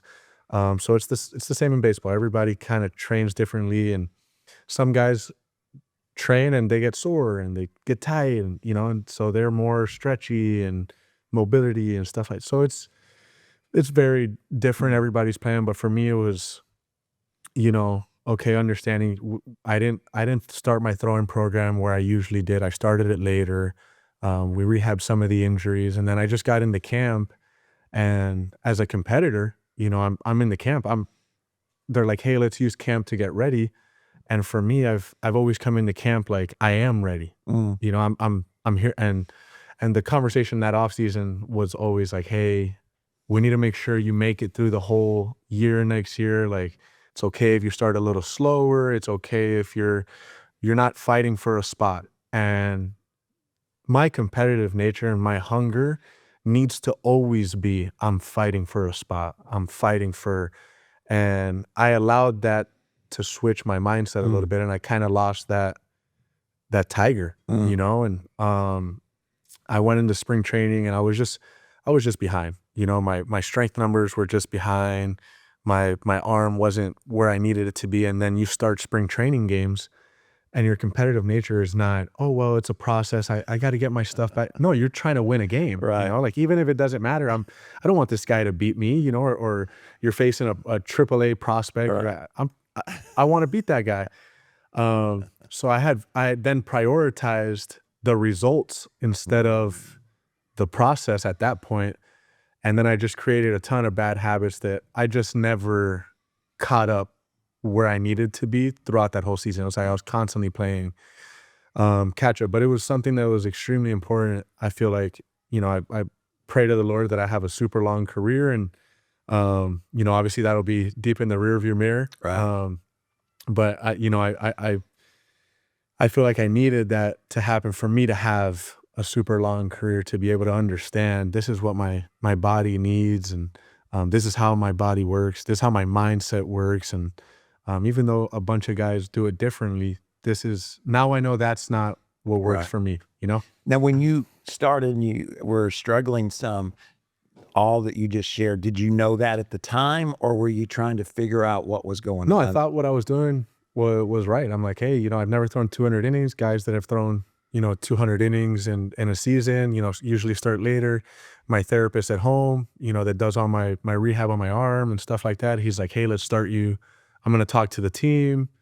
Let's start you a little later. Like, you just threw a ton of innings and all that stuff. And everybody was kind of on the same page. And I thought what we were doing was right, and that's another lesson to learn, that no matter how good you're doing, you have to stay focused on the little things, because I should have been able to see through that off season, like, hey, I this isn't right, this isn't right. Or even getting to camp, my velocity, I'm usually like 94, 95, 96. My velocity was like 91, 90. I should have known, but the competitive nature is like, I'll figure it out. I'll get it right. It'll happen. I could pitch at 65, 70%. And then, but what ended up happening was I was constantly like, okay, or my legs are off and my back hip is off, and okay, got that. Hold on, but now my arm is like, it was just like a bouncing back and forth on trying to figure it out. And then while you're doing that, Mike Trout's in front of you. And it's like, he's not out there thinking of that. He's thinking, all right, there's a fastball, there's a slider. So it's tough to compete against the best of the world when you're fighting yourself. Right. How did you deal with that? Because I think most people, they may not be, like you say, facing Mike Trout, but they've got the person in the desk next to them, or the company down the street. How did you, emotionally deal with that? Because I think, you have great success and then struggle, which again is not uncommon to people, but that's what trips a lot of people up, even gets them into worse habits or, escapes or all kinds. So how did you deal with that, especially the deeper, the longer that it went? How did you just did you just force yourself? And what? No, there were a lot of dark nights, for sure. But I'm so grateful for the support group that I have. And one thing that, guys around the league, teammates, best friends, parents, anybody would always tell me is, don't forget who you are, right? Don't forget who you are. Don't change who you are. And that's the one thing while you're going through it that you forget. And even when somebody tells you, like, don't forget who you are, you're like, well, who am I? Yeah. I already forgot. So for me, it's, you have to go through it. And then, hindsight is the worst thing ever. Right. Because like you look back, and I tell my wife all the time, I'm like, I can't believe I allowed myself to get there. Right. And as a competitor, as somebody who's working every day, as somebody who's striving for good things, when you don't see results, it's easy to either do too much or stop working hard, or, spiritually just fall off. And for me, I'm just thankful that, there were some really, tough nights. There were some nights I'd have a game and I'd come home like, honey, what was that? What was that? And I would lay in bed and I would cry, and I'd pray to God, like, why is this happening? I'm like, why do we do so good? And now we're like, and everything he just kept, I felt like he was telling me was, this is a part of it, man. Right. This is a part of it. You're going to have a long career, and this is a part of it.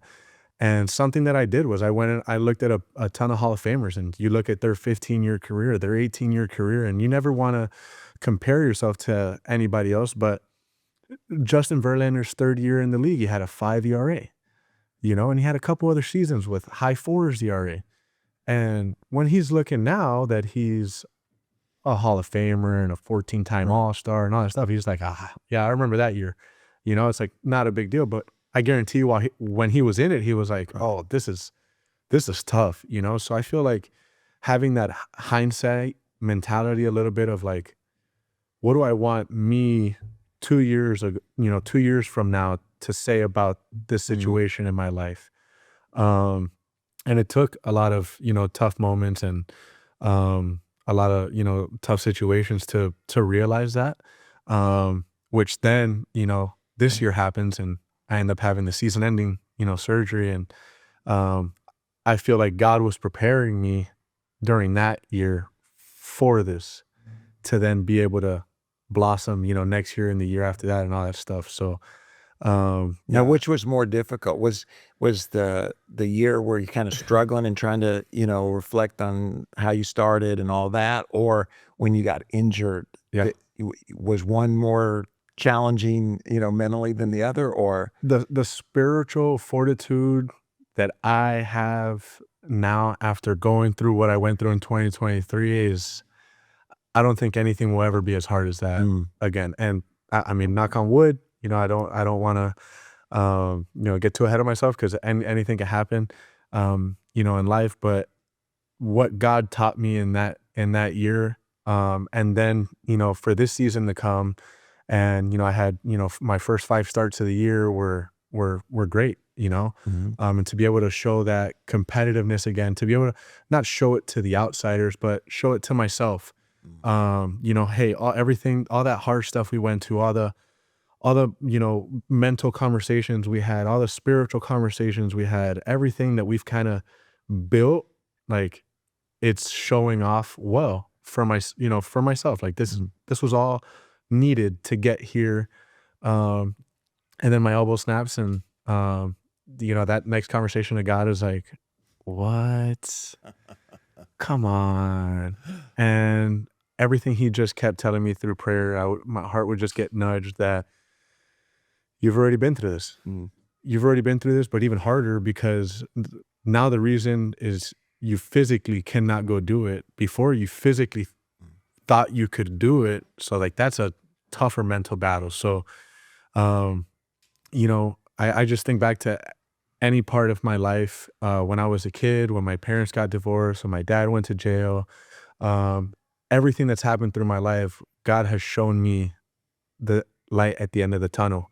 And during that really tough 2023 year, I was like trying to run through that tunnel. Where's the light? Where's the light? But he showed it to me. So I know there will be light at the end of this tunnel as well. Yeah, and it's cool that you went and you looked at the Hall of Famers. In other words, you were proactive in working through it, not just kind of sitting in it, but kind of proactive. And then I know for me, a lot of times when things don't go the way I want, my first temptation is to do, like you said, too much. Yeah. I want to fix it overnight. Yep. Yeah. And then when it doesn't get fixed overnight, because that's impossible. Even more frustrating. Yes. Then, you just get discouraged, then you say, well, I can't do it anymore, and it's so easy.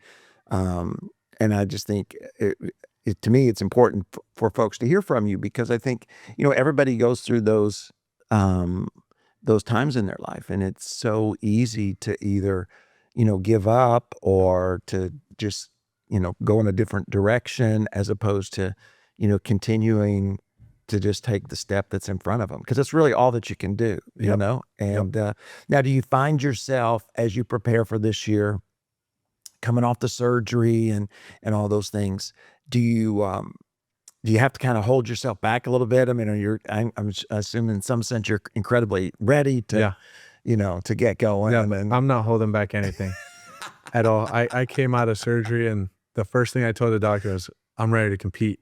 And I brought a baseball with me in my backpack, and I came out of surgery. I was stuck in a sling like this. I told my wife, I said, pass me my iPad and pass me the baseball. And I mean, this might have been the drugs that they had me on with surgery, but I just started watching my starts from that season, and how good I was doing. And I just kept holding the baseball in my hand, and I still hold that baseball every day. And I don't want to forget what that ball feels like and what that ball means to me and in my life, and how many people I'm able to impact because of that ball, and how special it is. And we're being very smart. We're listening to the doctors, the trainers, all that stuff, but we're not holding back anything, and our strength coaches and stuff are like, hey, like we should kind of just hear, and then right towards the end when you're ready with skyrocket, I'm like, no, I want to go like this. So there'll be more challenges through this, and there's been a ton of challenges already through the surgery, but one of the things I talked to my mom about through all the struggles is, I'm like, hey, you know what the hardest thing about my job is than yours? I'm like, first off, we are extremely blessed to play baseball for a living. To be able to impact kids, to be able to grow up dreaming of doing something and then do it. It's an unbelievable blessing. Even the struggle at this level, for me, it's better than a great day in any other job. But I tell my mom, I'm like, hey, have you ever had a bad day at work? And she's like, yeah, all the time. And I'm like, and it sucks, right? And she's like, yeah. And I'm like, you want to know what's bad about my bad days at work? That it's on the TV and it's in the newspaper and everybody knows about it. And I'm like, that's the only difference. I'm like, when you have a bad day, you don't hear me calling you like, hey, are you all right? Or anything like that. So I always try and put that into perspective, like, hey, we're human. And that's one thing that I've learned through my whole career is, like, I'm not just a baseball player. That's what I do. It's not who I am. I still come home to my puppy, my wife, my family. And I'm like, hey, it's a bad day at work. And over 162 games in one season, There's going to be some bad days. There's going to be a lot of bad days. Some seasons there's going to be more bad days than good days. But at the end of the day, it's still a blessing. And the fans aren't always quite as grace-giving, maybe, as that's a part of it, though, because I actually learned I heard a really good quote that to me stuck with me forever, and is like, when they're cheering for you, they're not cheering for you, they're cheering for your success. And when they're booing you and not clapping for you and asking for you to be traded and all that stuff, they're not doing that to you. They're doing that because of your failures on the field. So I feel like for me, that kind of puts it all into perspective. And even myself as a Dolphins fan or a Heat fan, like, I say, come on, so that's just a part of the nature. Yeah, it's a part of it. Probably harder on your beloved and your mom than it is in some ways on I gotta block the social media DMs and all that stuff. She's like, I can't believe it. Look what they're saying. Let's just forget about it. Oh, it's crazy. So, and the cool thing is, in the midst of that, you got married, right? And so you guys have walked through this together, and that's the kind of thing that can either push people apart or can actually, draw them together. And so, in some ways, to be able to have that experience together, you know what I mean? It's going to be something that you can always go back to, as opposed to just something you went through, by yourself. Yep. We'll be able to. We remember a lot of those nights. Yeah. And no matter what, she's always, stuck with me. And even through, I was having that really bad year. We were planning for the wedding. I'd say she mostly did all the planning because I was like, hey, I can't right now. I need to focus. Right. But no matter what, she's always understood, and that's the reason why I wanted to marry her. Is because I know that through the good, through the bad, through everything, she's always going to be there to remind me, how great I am, how grateful that we need to be, and through all the highs, she's always going to humble me, and no matter what. So she's an athlete too. 100%. So she doesn't ever allow this, and she doesn't ever allow this. She keeps me right there. So she's amazing. So if you guys want to, you go back to episode 44. We actually talked about how you guys met and all of those things as well. Welcome, Pastor Erwin McManus, with us today. Oh, Troy, man, the moment I got a note that you wanted to have me on your podcast, I was an immediate yes, because you're just a wonderful human being. You were a super, super good friend to me in times where I was trying to move some projects forward, and I'm just really grateful for you. Oh, well, thank you so much. Now, we kind of been in the holiday season, and I know you travel a lot, so I just thought it'd be interesting. What's the most interesting or most Christmassy holiday place that you've been? Well, I was in New York last week, and also for Christmas times I've been to London. And the reason I mention those two is I think New York and London, they're two of the best Christmas spaces in the world. If you like big cities and you love like the grand Christmas decorations and just the stores, and all the decorations, which I do. I'm a huge Christmas guy. I just tell anyone, if you ever have a chance just to walk through London during Christmas, and then New York would be second best. And I know there's places in Europe that are beautiful, but I just really like those two. It's hard to beat New York. I've never been to London. I'll tell you, I just got back on Sunday from North Pole, Alaska. Wow. So I went and saw Santa Claus. Dang that. Well, that's Christmas all year round, though.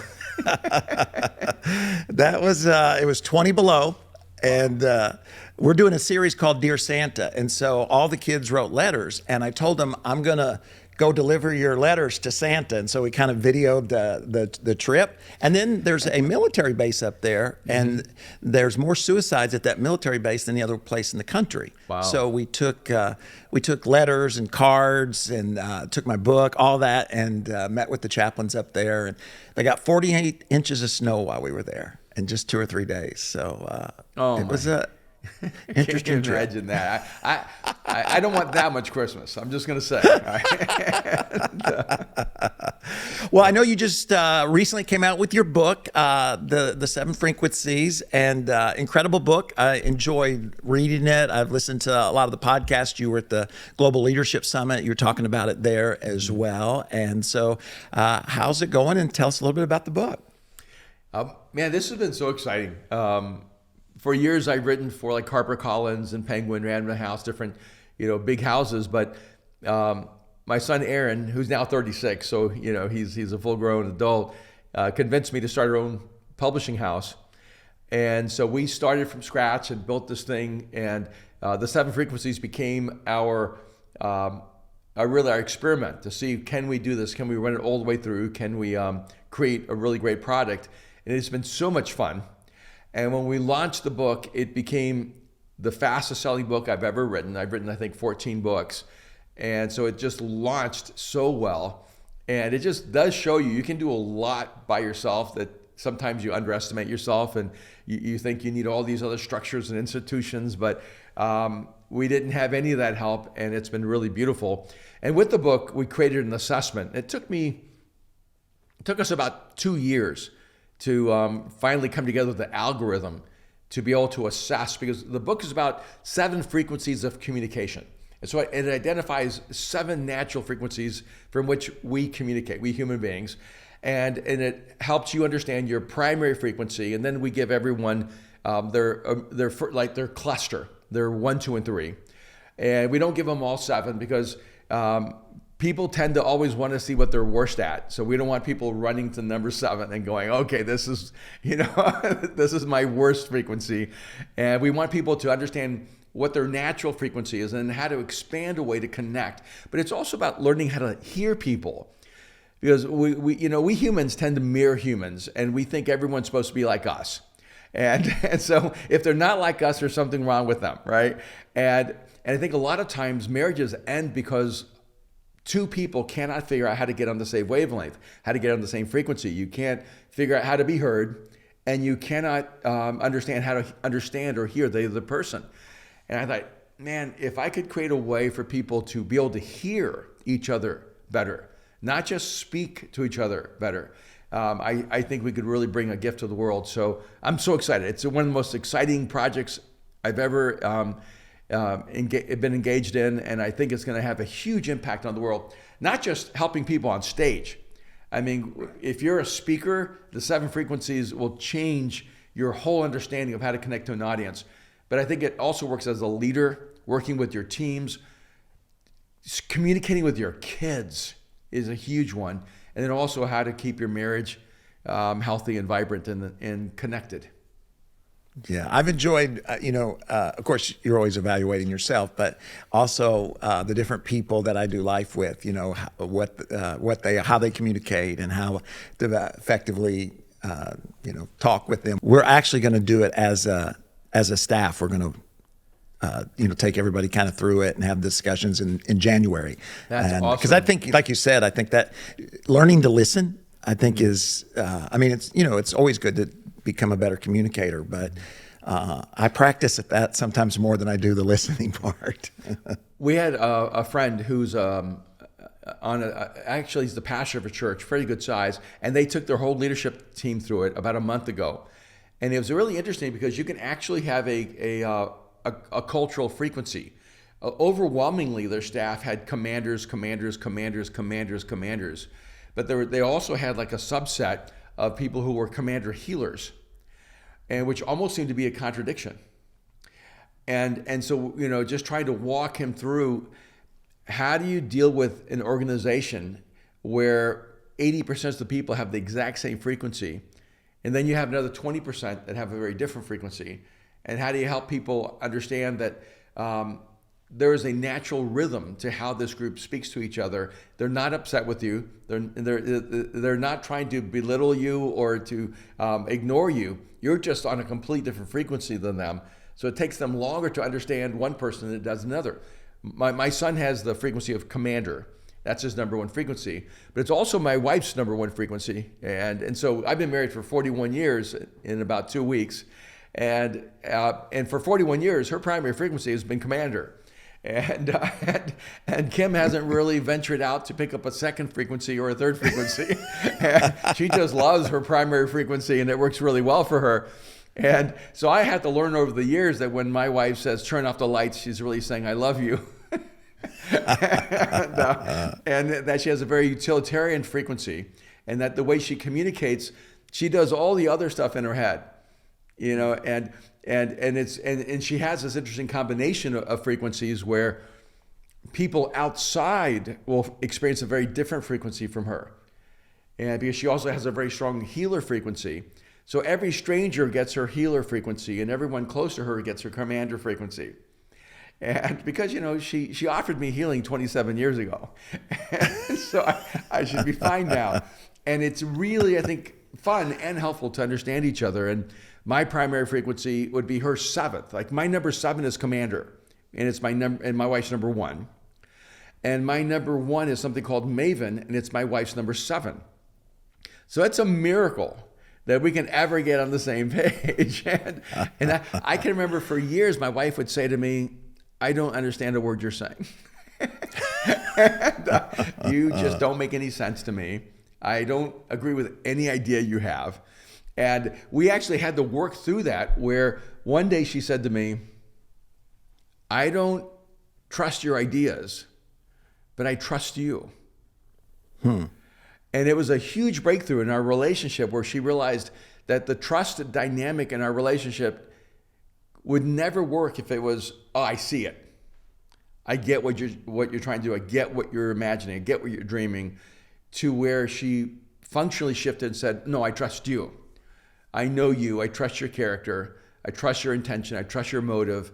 I believe in you as a human being. And so she would just tell me, 90% of your ideas I just think are insane.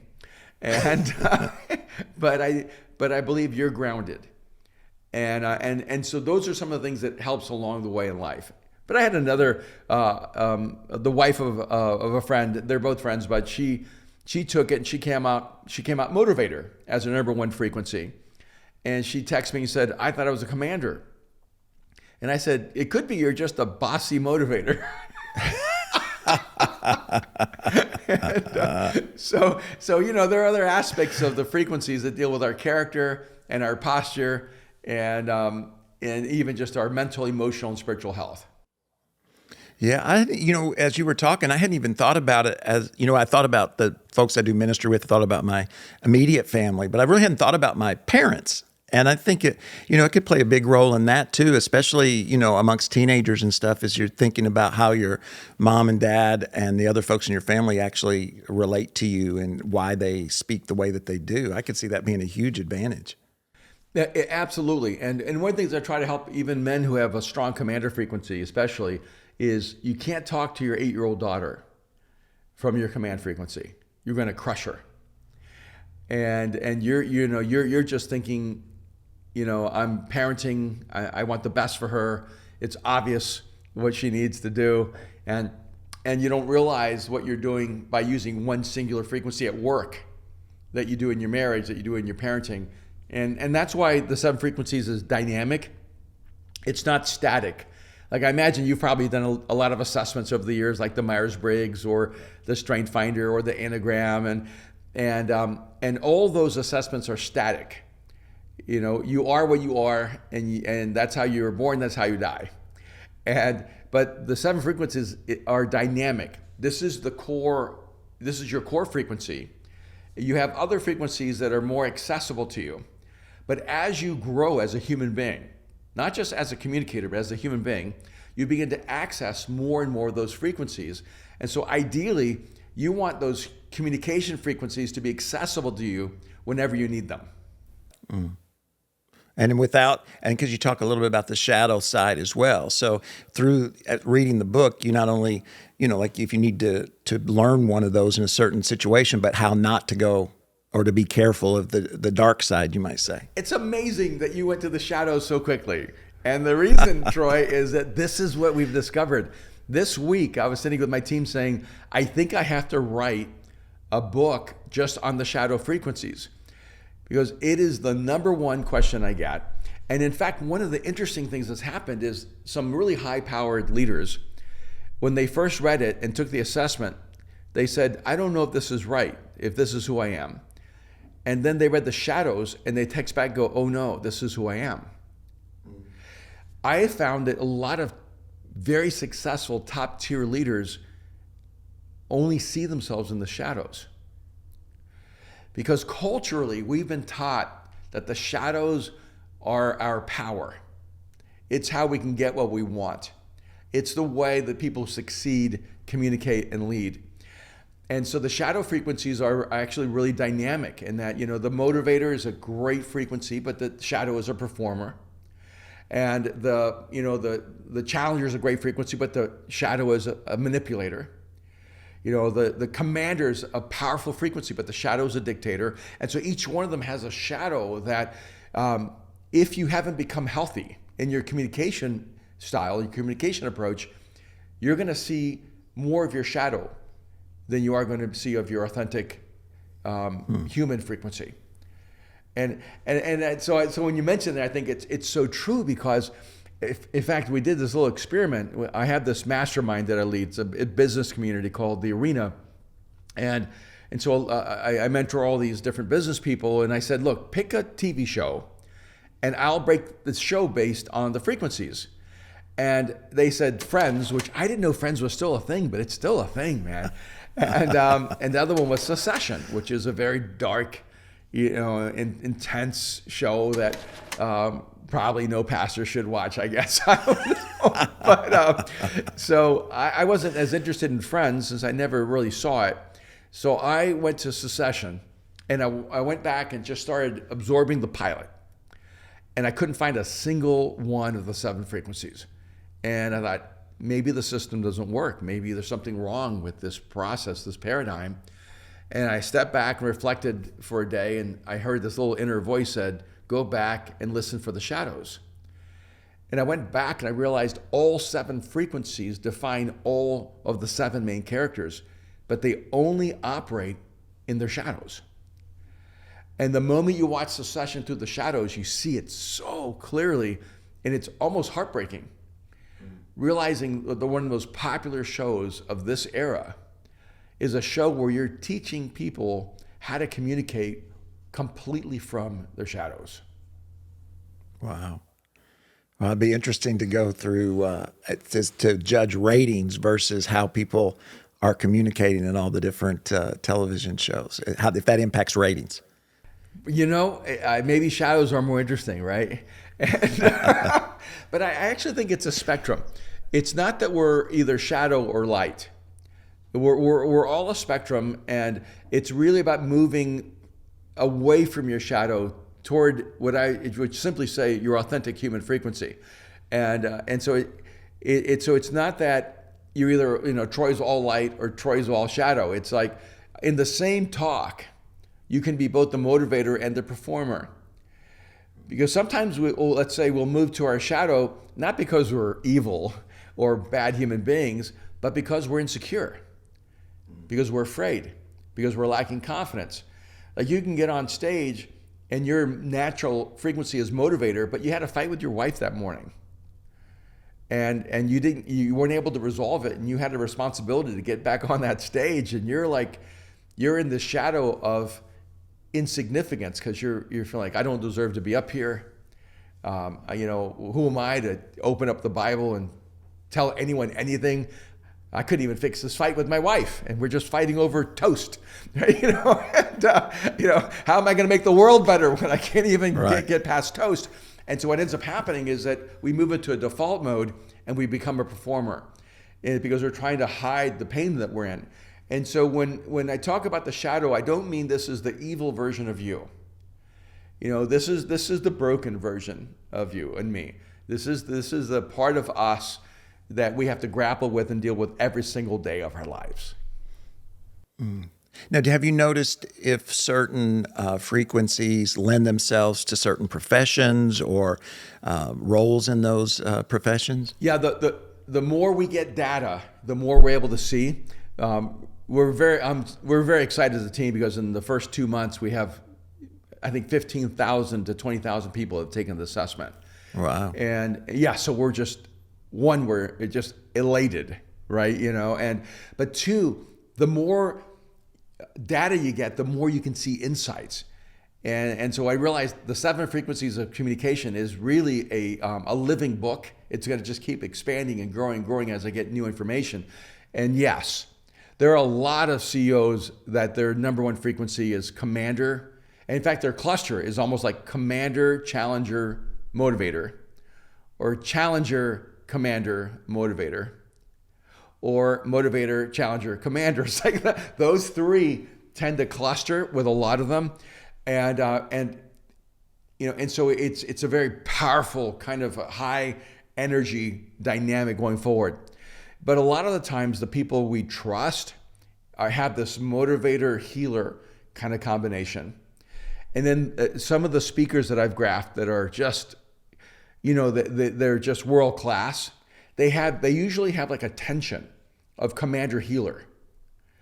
And both of them seem to be exercised at the same time. So you feel this person that sees you and cares about you and is creating a safe space for you to bring out your brokenness, but at the same time, they're commander. They have all this authority and confidence, and they're telling you what to do, and it just comes in this dynamic combination, which is really, really powerful. And so we have been seeing different rhythms and different connections, and ironically, we're getting a lot more of some than we are of others, and there's a reason for that. We have fewer professor frequencies that have come out as number one, and it's because professor frequencies tend to be late adopters. They don't tend to be innovators or the cutting edge or the front edge. So I don't expect them to take the assessment in the first iteration. But a year from now, when it's more normative and 1 million people have taken it, we'll have a lot of professors taking it then too. Does that make sense?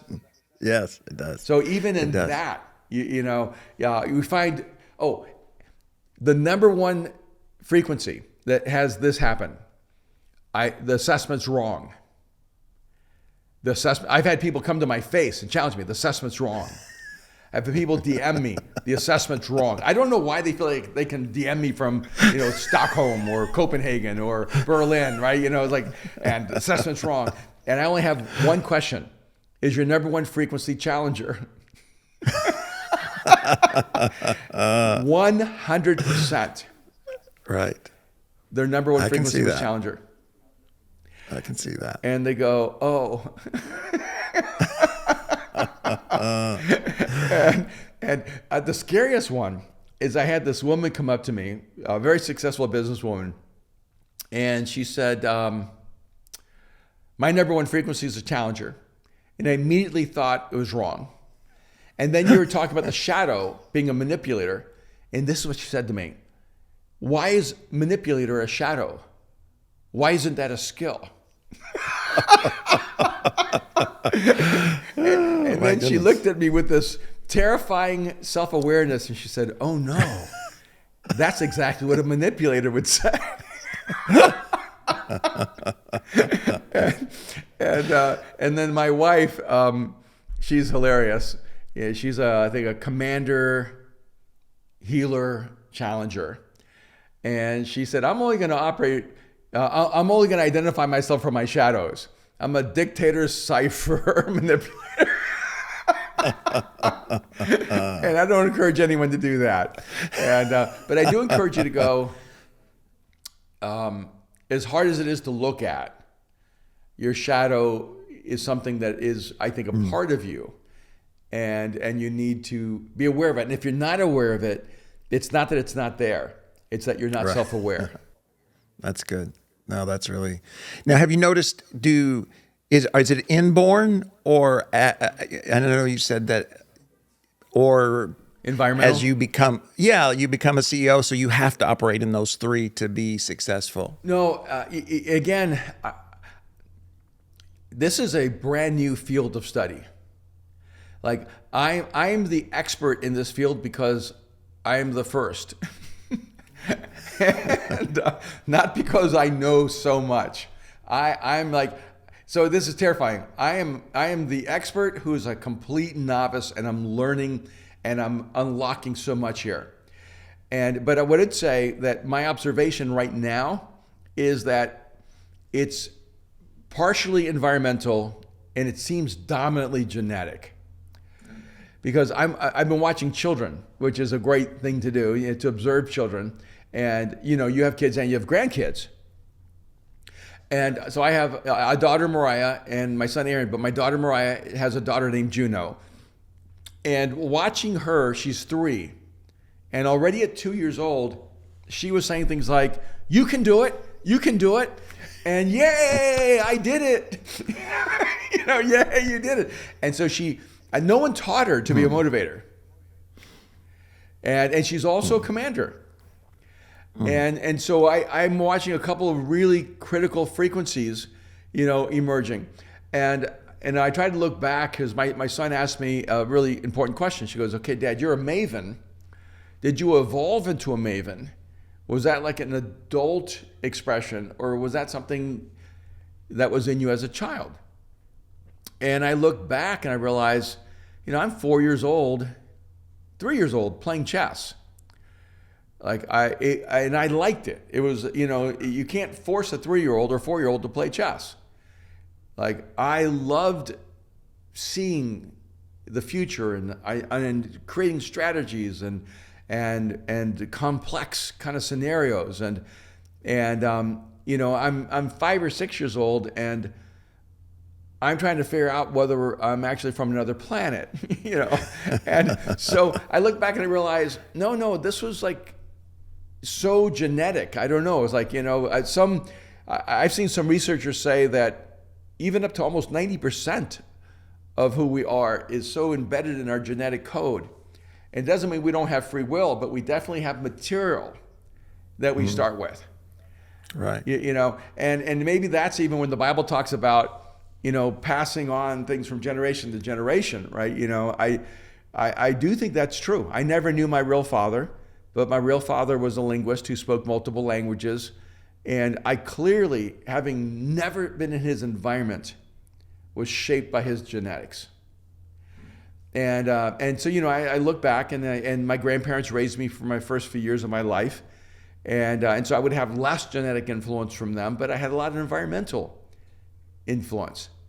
My grandfather was a very stoic, intellectual, and my grandmother treated me with such kindness, and it was very nurturing to me. And that environment definitely affected me. So I think it's both, Troy. I think that a healthy environment strengthens your frequencies in a healthy way. An unhealthy environment damages those frequencies and moves you into your shadows.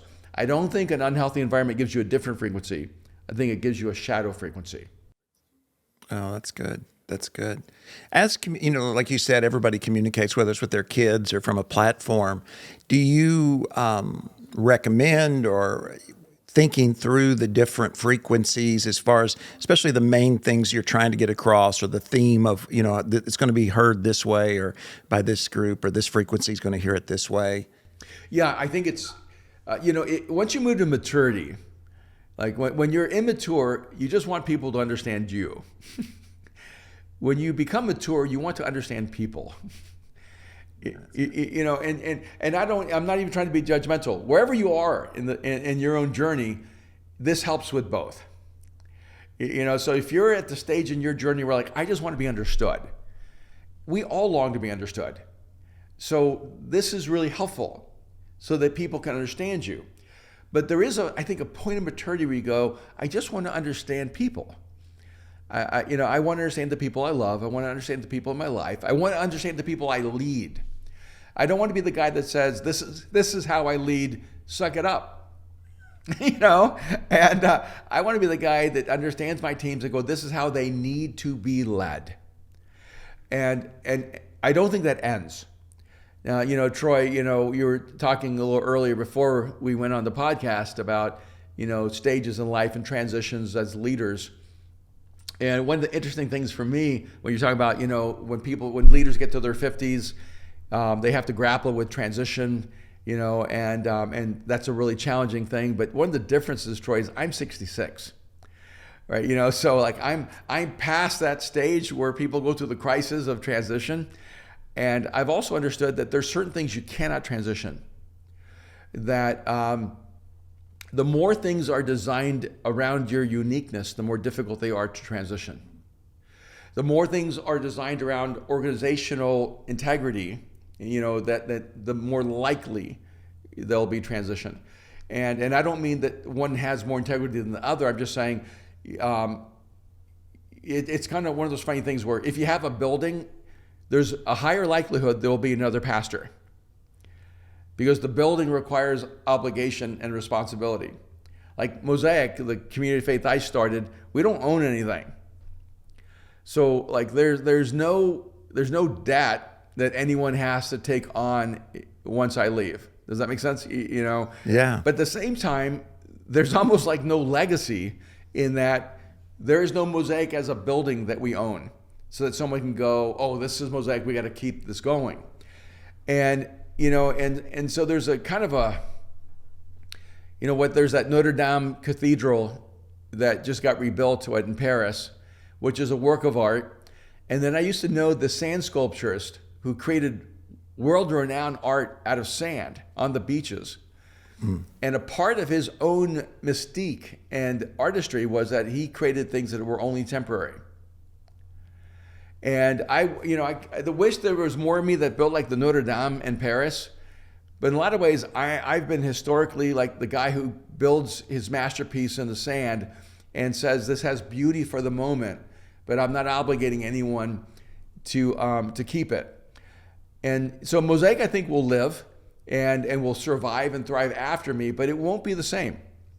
Right. And a huge part of it is that I, for whatever reason, I have a very peculiar way of seeing the world and of communicating. And there are certain people that I'm able to reach with the message of Jesus that it's not easy to replicate. And so I just accept that and go, hey, God, my job is not to raise up another me, and it's to raise up all the individuals that you want to give a platform and to expand what you're doing in the world. And, and so it's just one of those things where, you go through like Paris and you see all these painters on the bridges and they're all painting the same thing. You can buy the same painting from 1,000 different artists because they've all learned how to replicate the same artist. But Picasso didn't have someone he passed it on to. And neither did Da Vinci, neither did Monet. You may have people who are inspired by them, but you can't have another them. And there's a part of me that just, I came to LA.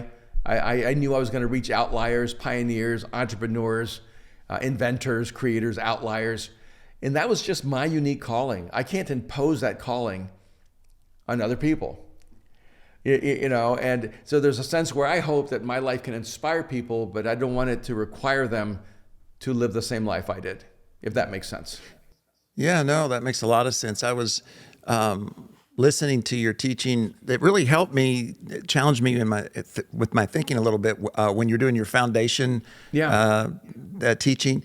And because South Florida, I think, is a lot like LA in the sense that people come and they go. And, when you're casting vision to build a building or to invest in a school, some of the things that we try to do, as I was listening to your teaching, I was just reminded a lot of these folks, half the people, if not 75 to 80% of the people I'm talking to, don't see themselves here. Yeah. This is not home. They're going to either retire somewhere else or they're going to get another job and they're going to go somewhere else. And I'm trying to cast a vision for them to sacrificially invest, something their grandkids may not be a part of, or they're not going to drive by and see it. And you did a great job of having them see the local church and the impact the local church can have, but bigger than just the impact the local church can have. Can you expand on that a little bit? Because I thought you really did a good job, because I know a lot of folks in our cultures are changing, where a lot of folks are leading and teaching in places where the people don't see themselves, retiring and raising their grandkids there one day. Yeah, that's a great observation of the way the world has changed. That it isn't an accident that the largest buildings and the largest churches in America are like in Birmingham, in Atlanta, in, Texas or Dallas areas. You're going to have a higher commitment to generational giving to people who see a place as their home for generations. Because they're investing not just in themselves, but in their children and their grandchildren. And then the more you have a transitory community or city or place, the more they're going, well, wait a minute, my kids aren't going to be here. I'm not even going to be here, And so you it's almost like the vision has to be for the world, and that's a harder vision. You have a bigger task, bigger challenge, Troy, as a leader, to say what we're doing here. It isn't simply local. Like we can actually affect the future of humanity by doing this really, really well. And people will pass through here. And just like you may stay here 3 years. But in those 3 years, you're going to leave as a more whole and healthy and dynamic human being. And in some sense, when you give, you're saying thank you to the people who came and left, but they built it for you. And when you give, there'll be people who will be thanking you that you'll never meet, who will come after you. And it's almost like, it's kind of a beautiful thing, because we have to call people to a level of selflessness that I think Jesus always intended. The church just got really good at raising money for things that would benefit us personally. And that really isn't generosity. When you're building a giant children's facility for your own kids, it's beautiful, but it's not sacrificial. It's strategic. And that's a good thing. I'm glad there's strategic people going, I want to pay for the basketball gym because I love playing basketball. And we have a lot of that, right? There are people who are going, yeah, I'll help build the building so we can have air conditioning, and have a great place to worship. Yeah, I'm just saying that's like tier one, in terms of motive for giving. There has to be like this other tier. We go, we're a part of something historic. We're part of the future of humanity. And ironically, when you do something great in one place, it has a visceral effect on places beyond your expectation. And like, Mosaic, someone the other day called us a mega church, and I really pushed back, said, we're not a mega church, and they said, yeah, but your influence is global. That's different. It's different to say, you have influence globally, because our commitment was always to, how do we inform and influence the whole church around the world? And it's one of those things like in the business world, because I've always been a businessman, because I had to finance this place, so somebody had to go to work, and but what a lot of times people don't realize is the inventor is rarely the entrepreneur who makes great wealth. Usually the inventor is someone no one knows who they are, and they end up sort of broke. Like Tesla died bankrupt and poor, and because he was the true Imagineer, the true inventor, the true outlier. And usually those people, they don't know. It wasn't Elon? Elon later, right? Takes Tesla. But Edison was different. Edison actually knew how to create a company. And what happens a lot of times is that the church is supposed to be the pioneer. But sometimes we become only the builder. And so it's important for the church to almost have like both these rhythms. We're supposed to be taking great risks. We're supposed to be pioneering. Troy, you're always supposed to be pressing their imagination and their vision, and you are a disruptor of human comfort. That is a part of your calling and the way that you've been designed. But the other part of you that I think is really interesting is that you're also a builder.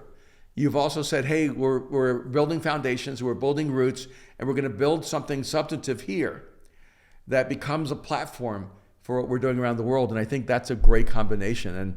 And I think that's why people don't understand how complicated it is to be a pastor and a leader. And because we're part of a historic movement that will exist until Jesus returns. And we're also supposed to influence the future of humanity by the good we do.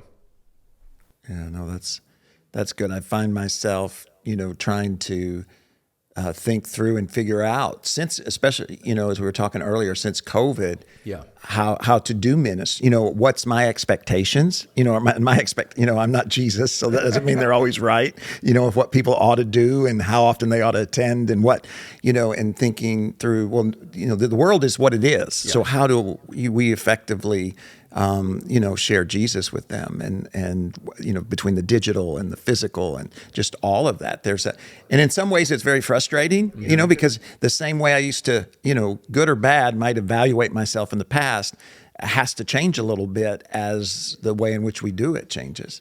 Oh, absolutely. I mean, we were so much bigger before the pandemic, just numerically, but during the pandemic, we became more influential globally. Mm. So, it's like, if I could take my ego out of it and my expectations, 18 months of shutting us down gave us such massive global influence. And isn't that what you want? The most people impacted by the message of Jesus and the life of Jesus. And so we come back and we're now rebuilding here in Hollywood. I mean, we're right on Hollywood Boulevard, right? And we've just been rebuilding and rebuilding and rebuilding. And we're looking like 90% of the people are new. I don't even know them. Like that's what's crazy. I'm here 30 something years, and almost everyone on Sunday is a complete stranger to me. And so I'm like, I get to do a startup again. And I think sometimes we just have to give ourselves a reset button and go, I'm not measured by what we accomplished in the past. I'm encouraged by that and informed by that, because the person that God shaped to do that, that's still me. And now I get to build all over again. So sometimes, Troy, you have to give yourself permission to go, oh, we're not measuring against who we were. We're starting over again. We're measuring against who we're going to become. Yeah. And leading even the team. Yeah. Because they know, especially the ones who weren't here before COVID, they know what those numbers were. They know what that looked like. And so as a leader, I have to be, I don't want them to live in the past, and I don't want them to judge themselves based on the past. Yeah. Or we'll never get to, where God's taken us to go. I've literally done I think twice, I've done a funeral where I brought my team together. We had a funeral for Mosaic, and we said, everything Mosaic has been up to this day is now buried. Everything Mosaic's going to be is up to you.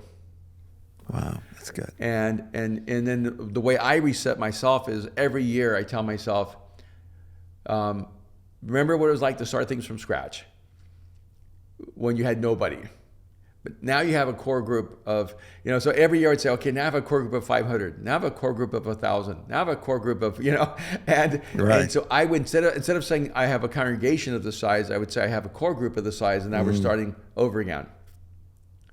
Yeah. And it will actually change the way you think, because you're not trying to maintain what you have. You're actually rebuilding based on a larger foundation of people who are committed together. That's good. That's good.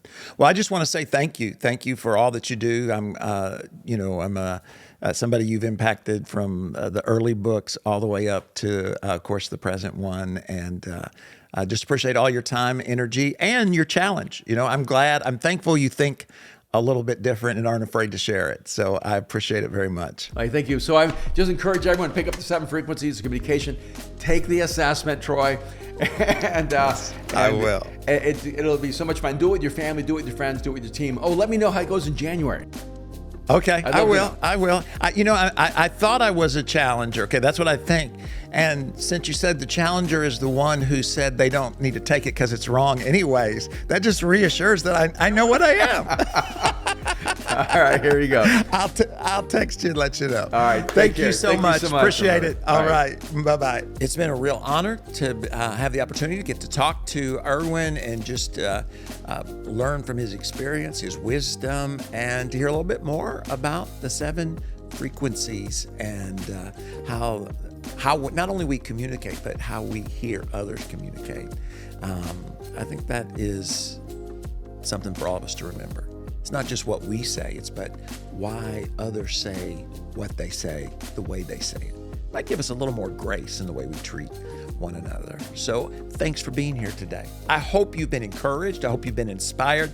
Most importantly, I hope you once again have been reminded that you have potential. You were created for greatness, and that God wants to do incredible things in and through you, whether it be your relationships, whether it be where you work, where you do ministry, right? All the things that you have going on, God cares about and has gifted you uniquely to do something significant. Be sure and check out our podcast just like this. It comes out every Thursday, and you can go back and even look in the archives. We also do a live stream every Sunday night. We just have a lot of fun. I'd love for you to come join in the chat and ask your questions and play the games and just hang out with us. We do a few leadership lessons, and if you'd like to hear our weekend teaching, that's all at potentialchurch.com. You can sign up for the newsletter. All that information is in the links. Don't forget to click, share, do all the stuff that makes the algorithm run. And lastly, I know it's 2025, but if you haven't, you need to buy the book, Potential. All right. Hey, guys, we love you, and we'll see you next time right here on the Troy Gramling Podcast. Bye.